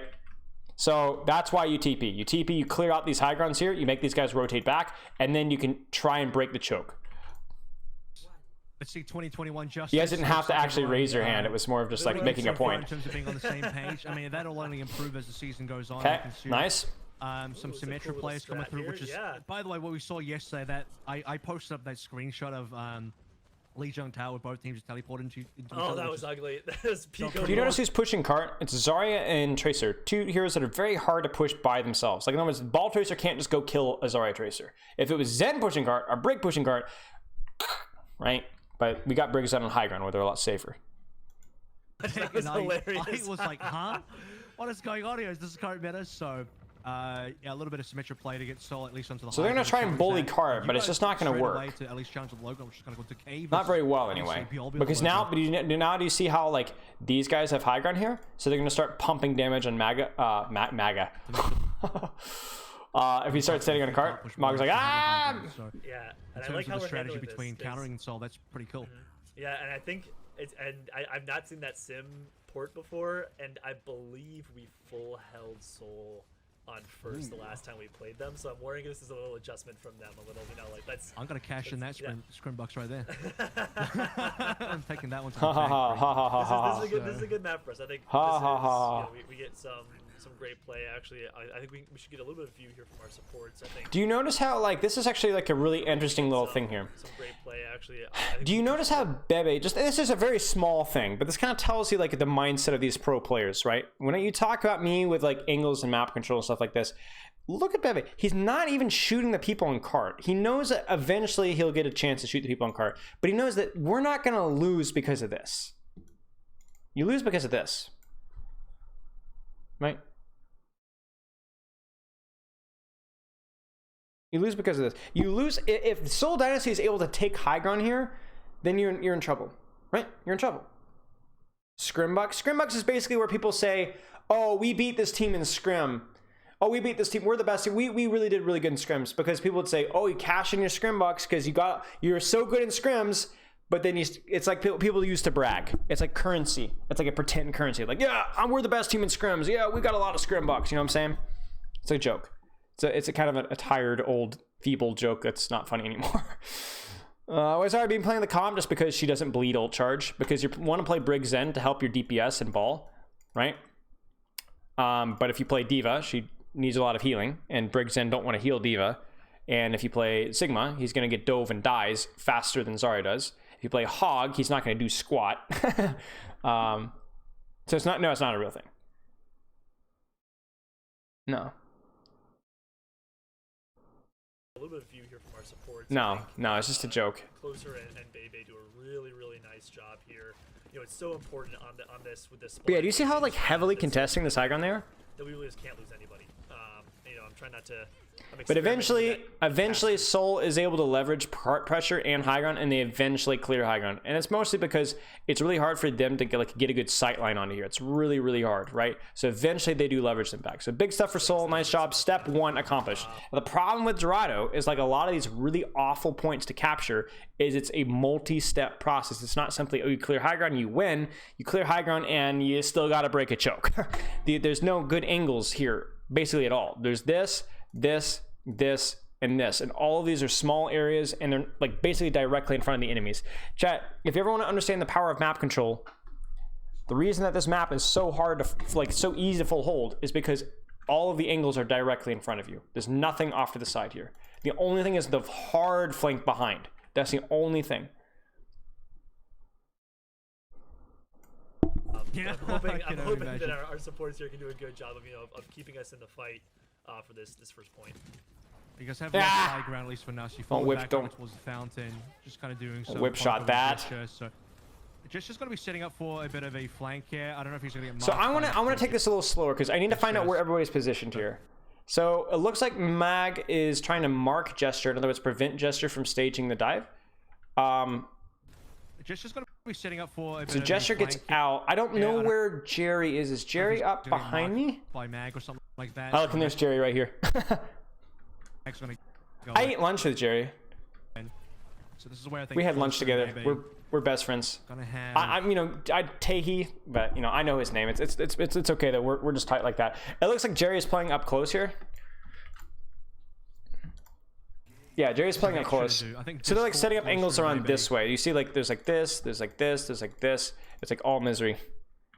Oh, you tight like that? Yeah. Yeah, me and Cameron, we had a good time over in Boston.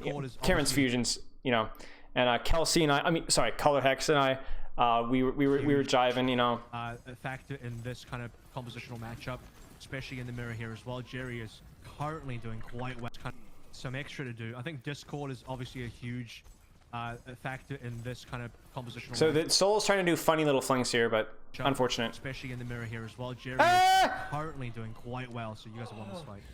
I was so excited there. I was like, Bebe was so ahead of creative in the train. I don't like the angle that Soul is pushing here. So I don't like this. This doesn't look favorable or fun to me. This looks too easy to dump damage into. So I know eventually you have to try and explode out and make something happen.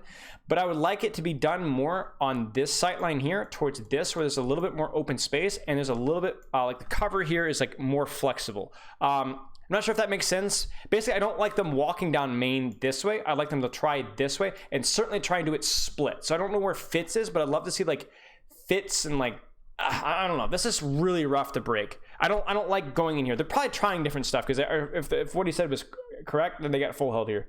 No, Jerry's real name is Taehi. This is where I think Closer and Bebe Taehi gonna have some extra to do. I think Discord is obviously a huge a factor in this kind of compositional matchup, especially in the mirror here as well. Jerry is currently doing quite well, so you guys have won this fight. I was so excited. Bomb. I think we were already up. We would be able to get back. Didn't have to use it there to survive the pulse bomb. Is Hookery going to have to go back through all the different POVs later as the personal coach? Is that kind of what he does on the team? So not necessarily all of them. So again, it's kind of like how much bang for the buck. So it's more going to be. So they are going high ground. As we're going through, like if we notice something like. You know what I would actually like to see, Chad, is I would like to see them like get like 5 on high ground and then start to leverage this sight line around to our right here, the stairs, you know, this way. Am I going the right way? Yeah. No. Other way.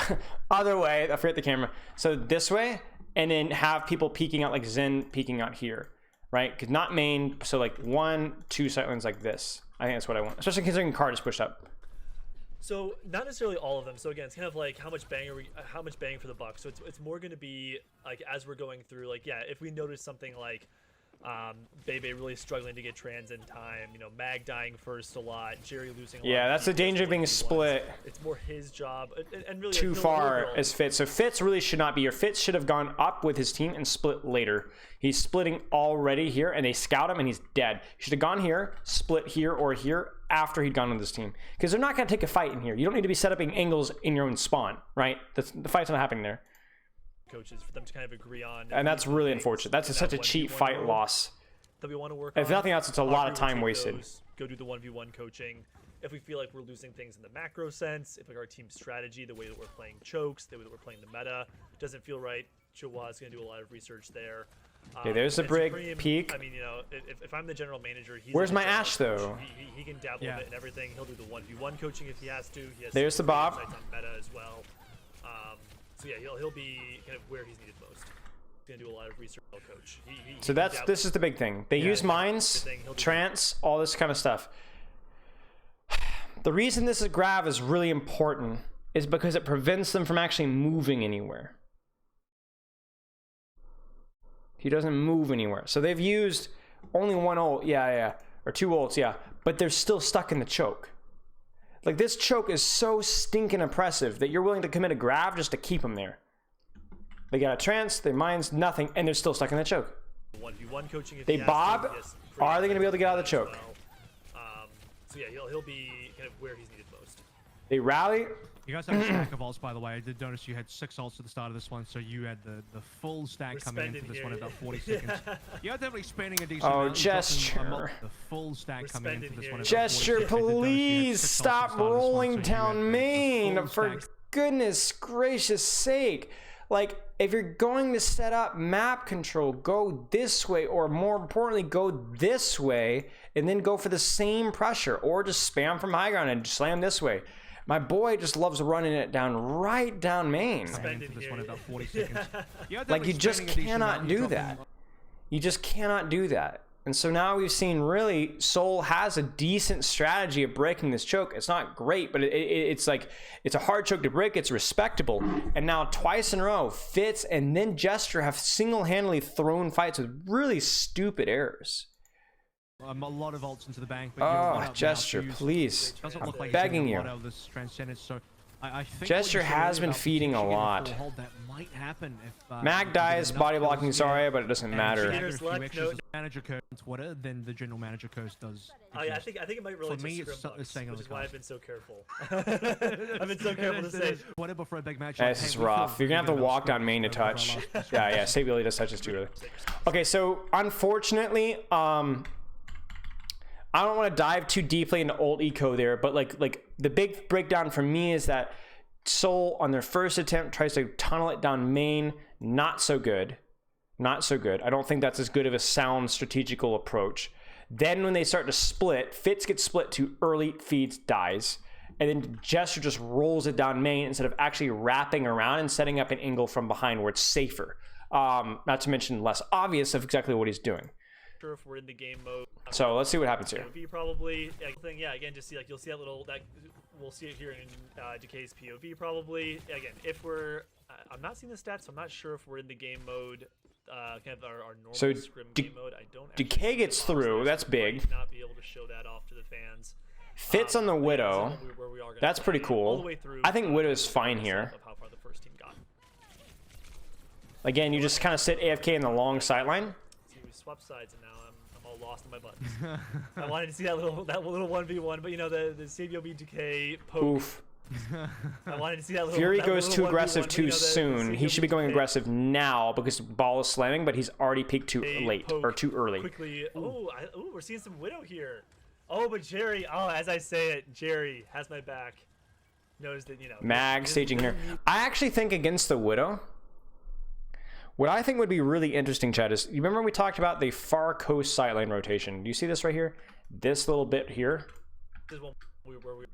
I would love to see, especially since Decay got through there, get the ball through here and look to apply pressure this way. I would like to see that tried. The ball and Tracer wrap around. Your Zarya, Brig, Zen, whatever, all kind of sit here and hide and play patiently, and then wait for pressure from here. I would like to see ball and Tracer both get off of main. We are gonna play. I thought Widow just wasn't good in this map, and Widow's great in this map. Kind of regardless of how far. Long sightlines. That's all you need to know. And you know what? Actually, I'm gonna Long sightlines. Oh, see, we swapped sides, and now I'm. Widow's a little bit inflexible with how she can position, but long sightlines. 1v1, but you know the Jerry need to play the Widow to get the headshots. And I think as well, Widow's in a really interesting place in the meta. I think Widow is still really good on the very specific Widow maps like Havana or potentially Dorado A for the super long sight lines, maybe even Dorado B. But it's probably a little bit more common to see Ashe across the board. I wonder if Unfortunate. I don't know how. Like right now, I'm Jerry kind of feels about Widowmaker. Do you guys? I mean, because the other thing. so is, right now, especially, I would love to see Ball Tracer's angle around. You've pushed the cart, which Ball Tracer kind of are good at doing that, right? Because they're very mobile, so they can go to cart and then go contribute to the fight. I would love to see Ball Tracer get behind now. Widowmaker, as we all know. I think that's one of the key heroes that everyone remembers about Decay is maybe if the Widowmaker would ever come out again. But this is kind of like a weird meta for Okay. Widow, I think. Yeah, and I think this is a great chance. Ever come out again, but this is kind of like a weird meta for Widow, I think. Yeah, and I think this is a Yeah, so this is just sloppy from Bebe. Honestly, like right now at this point in time, you need to be focusing on staging your peaks. And what I do not like is I do not like Bebe peeking a Widow when your Tracer and your Ball are not aggressively doing anything. I do not like that. Another great shot from Fitz. At the very least, you'd like to synchronize your peaks between these two heroes so that either one of them has a free shot at blowing up the Widow. If you're going to trade Bebe, make sure that Jerry gets a shot at blowing up the enemy Widow, right? Yeah, and I think this is a great chance. And now would be a good time to peek as Bebe. A great chance for chat to kind of see. Right. Yeah, so this is something where we are not used to seeing Widow on first tier. This is something where I think, you know, Soul has said, you know, maybe in like our past scrims, they maybe struggled with kind of running the either an edge versus. So really, what snowballs off of Bebe, this is something where I think, you know, they push in hard, take the aggressive positions with sights, and then Jerry's caught on the floor. We exposed to lose the thing, very kind of classic scrim. So yeah, so some great kind of play that we're seeing, very kind of classic scrim experimentation. Get off the cart, please. Get off the cart. You guys had some even Get off the cart. Get off the cart. Get off the cart. You guys had some I would love to see Brigson start to rotate this way. Start to rotate this way or inside, but I would probably prefer this way. Get your Brigson on this sight line here, not on main. even trades there as well. And despite Zarya as kind of well. Losing their initial flight. It's been actually 2 minutes. Hasn't felt like it's been 2 minutes at this map so far, but we've been speeding through this opening kind of phase of A, and the ultimates have Good. been fairly evenly traded. Keep pushing. Here, so we'll come down to now. Okay, now don't both force teams anything. You've roughly got all the regroup. space I that you think you guys need. had Don't advantage force edge anything at all. A attacker. And again here, get off the advantage is cart. gonna Get you off the cart. Get off the cart. In creative is Jerry should be up here. Jerry should be up there.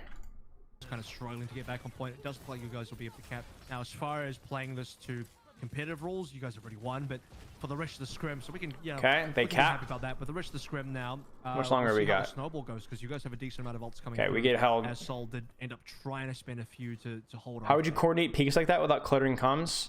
So the reason here the way to unclutter comms, and this is something I always coach main tanks, is that everything revolves around you. Either you or your DPS synchronizing your pressure.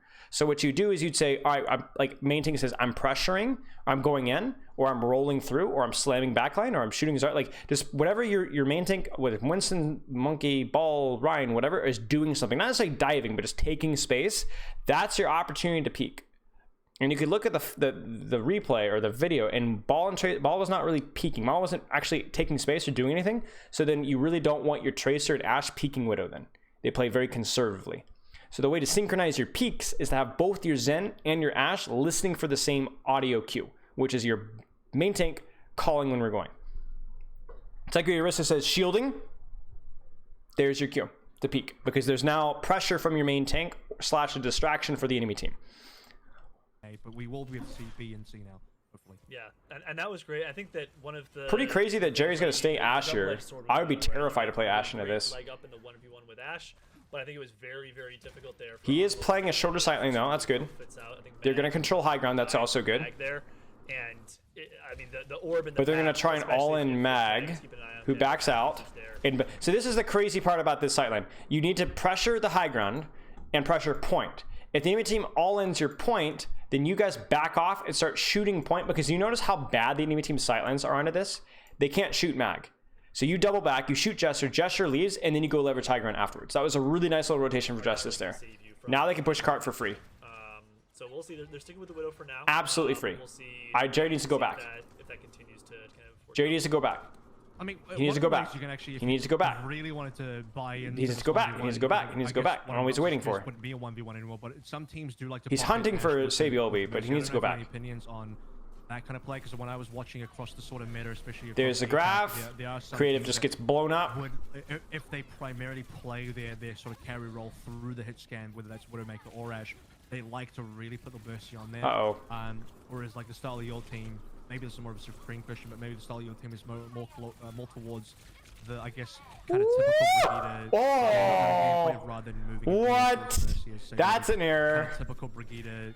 That gameplay rather than sucks. moving into What Mercy, is so they'll that? just stick on Decay. That was a great. They were really going after it. Mag I wasn't gets sure if out? Decay had his sticky up as well, and I wasn't sure if he was going to commit it. Sabiolbe did. Gets a little ego battle there.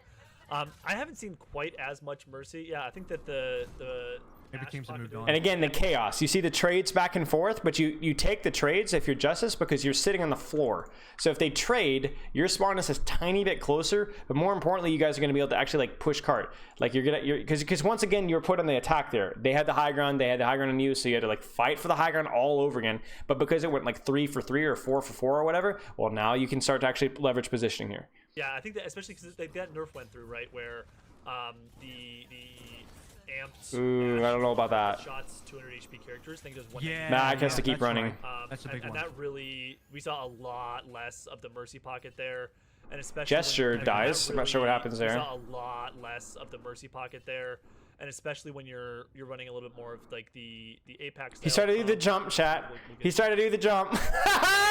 He messed it up. He's setting up for a dive. This is like Oh, he's, yeah, he's yeah, wasting yeah. a lot of Soul Dynasty time. Like you saw Sabiolbe chasing him. I don't think Mag. So you notice how Justice is positioned? You either clear the high ground or you position in a way where the high ground doesn't matter. That's the idea, right? To position in a way where the high ground doesn't matter. Bingo. So what we might see is they go from here. What I always like to see is go from here to underneath to here, or they go around coast side. But you're probably gonna go here. Like, You think Mercy could work instead of Brick? No, because Ball Tracer would give you fits. No pun intended. It wouldn't be bad, but it would be difficult. It'd be difficult for it to work. he's Yeah, wasting yeah. a lot Some of Soul teams in contenders have played Mercy, but against more disciplined teams with better balls and better tracers, probably not as good. Dynasty time. Like you saw Sabiolbe chasing him. I don't think Mag minds at all if SBB wants to go and chase the 1v1. We are doing pro he's analysis, taking yeah. SBB out of the fight. So this is why like chasing the ball is Ooh, ultimately the nice. time, and now Mag gets to have a Fitz a is just free dive on the popping, back dude. line. Gets the high ground there, so get creative here. These kills are nuts. I'm just surprised Jerry's staying on Ashe. Like, I just don't feel Ashe is the play here. Like I mean, relatively work, right? I think the thing is the Ashe is fine in the mirror or against anything else. It's probably the optimal pick. But once they pick Widow and their Widow is set up ahead of time, then you have a problem, they're seeing more success with this right? Because you don't know where she is, with the Ashe on the attack. and she's a there. constant threat. I think this is a good web for Widow. I think Dude, here's the rotation we talked about. They push cart to here, and then they go underneath and they contest high ground. They cannot push cart here without getting like literally smashed from both high grounds. So good rotation here. is one of those Big maps long like side Havana lines, where yeah. Widow has great sight Huge. lines. This is where a lot of Widow highlight clips come through from this map as well. You guys now Nice, and now you have the high ground. decent They high ground cannot as hope well. to I think B recontest. should realistically be yours at this Why point, did you but drop? the kills. Fitz is already moving Why around did you now, drop? kind of giving up B at this I stage, guess so there we was are no gonna chance see of high recontest. map. Okay, so I'm being nitpicky there. Great. What is hot? I don't know what I was referring to. If you ran Hog instead of Ball, I think Mercy's good because you're playing more for picks and Hog can peel. Maybe, yeah. For me and the fans here, as we have a lot more ultimates. Well, as see, well. into Hog, yes, Mercy would be good, but against Ball, no. Both had that pulse bomb, so possibly looking for plays in this opening engagement. Okay, there's a high ground contest. It's worth noting that Seoul has had a really hard time getting value out of their ultimates. There's not been a lot of big grabs here that we've seen. No big pulses. Like we've seen some fat, and this is obviously an issue here. Like they're going to be able to clear high ground here. If Animo doesn't get this rally in time, this might be a problem. We'll see. Crave, yeah, does have that advantage with Trent. You notice how you see how Jerry's offing ult here with Harmony Orb?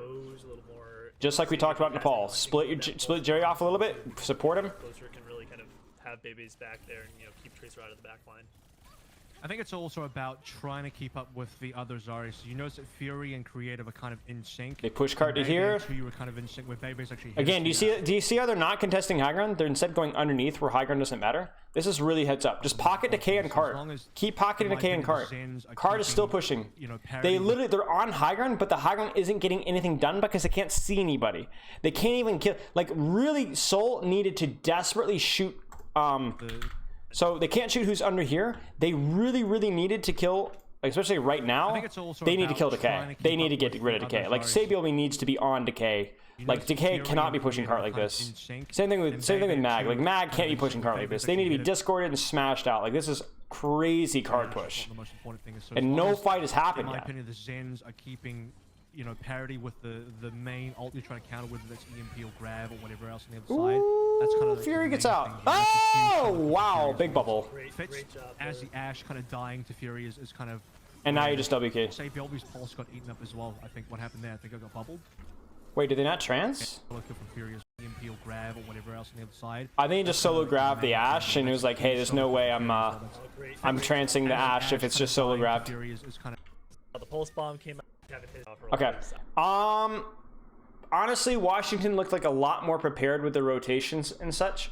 They had like set plays and stuff that actually like made sense to break the choke. They took advantage of some like really messy trades that ultimately paid off in their advantage, which was really good. And then it looks like Seoul Dynasty just struggled. Like the Widow pick was really nice. I think the Widow pick was good. But then it just looked like there was more cohesion with the Justice's backline. The big things to note as well were that the Monkey stuff looked really rough on Eichenwald second, but it looked okay on Koth. Both times consistently we saw fights being lost because either team was getting too hyper aggressive around their map. So they'd win a fight, they'd be on defense, they'd see the enemy team, and they just blow it. They just rush all the way in and get way too aggressive instead of playing around their sidelines. Yep. That pulse was hard attack inducing. But honestly, chat, this was a lot of fun. I feel like I learned a lot about this. I hope you guys learned a lot as well. Very unfortunate that we didn't have a replay, or at least a pro stream, because the stream was very difficult. Very difficult to actually see what was going on. So that stinks. But outside of that, I feel like we got a lot out of it. It was very interesting for me to see. A little concerning about like Gesture's positioning. Or Gesture's playing ball. I think his ball wasn't looking as good on at least that day. So that kind of sucks. But overall, like, was pretty competitive throughout the match. And we got some insight from it. Chat, do you guys have any questions? You have any questions about like what we saw? What do you think about grab usage? Grab usage is basically just you either use it as a cooldown to force space and force bubbles so that you guys can then take space additionally because they don't no longer have bubbles, or you engage and then grab afterwards once the bubbles are no longer available. I think grab usage was, but with grab, you don't shy away from solo grabs. If you can solo grab Zarya, if you can solo grab Brig, you 100% do it. You do it and you just get the kills off because you don't greed. You do not greed. Anything that you can get with it, like honestly, if you could solo grab a ball, if you could take position away from that and he doesn't get back in time, then I would do it. I would do it. Why is Zen better than Ana? It's literally just the sightlines, the monstrously long sightlines that you have. And you're like, okay, well, Ana has a sniper. Yes, but the vast majority of Ana's value isn't just through her range sustain. It's through nade and sleep dart, which are both very much more difficult to get value out of when they're a million miles away. So if the enemy team is like across the map, hard to land a sleep dart, hard to get value out of nade. It's much easier when you're in closer ranges. And that's where Discord and Harmony are just better, because Discord and Harmony have much longer ranges. Did I check Echo's ability? No, I'm going to do that when we get to Ask Spylo. I've got my Ask Spylo checklist though. The definition of sightlines is just how long from point A to point B. Can you, like, how long, like, is it like basketball court? Is it like racquetball? Or, you know, is it like, or is it a soccer field, American football field, right? Zen likes his big open space, long sightlines, right? Yeah, exactly, Coleman. Exactly. The double bubble is going to do better where the sightlines are tighter. Like Winston, the Ana can get more value out of nade, the bubble, all that stuff. Yeah, well, yeah. Solo grab, but the thing is, you have to think, if you solo grab a Zarya, their Zen's going to trance and run right into it. So even solo grabs aren't going to be solo grabs because Zen's going to run in there with trance. But look to solo grab, and if you're fast enough, maybe you can get the kill before the trance even gets there. So there you go. Okay, so I'm going to call stream. Thank you guys so much for coming in. Just a little bit different. We're starving for pro play, chat. We're starving for pro play, so that any little bit that we can get, we'll take, even if it is scuffed. I'm gonna toss a host over to, looks like somebody playing DPS. I have no idea what rank they are, but they got a cool guitar in the background, and they look like young Reinhardt, so give them a follow. Okay, I'll see you guys later, chat. I will see you guys tomorrow, actually. Cheers, mates.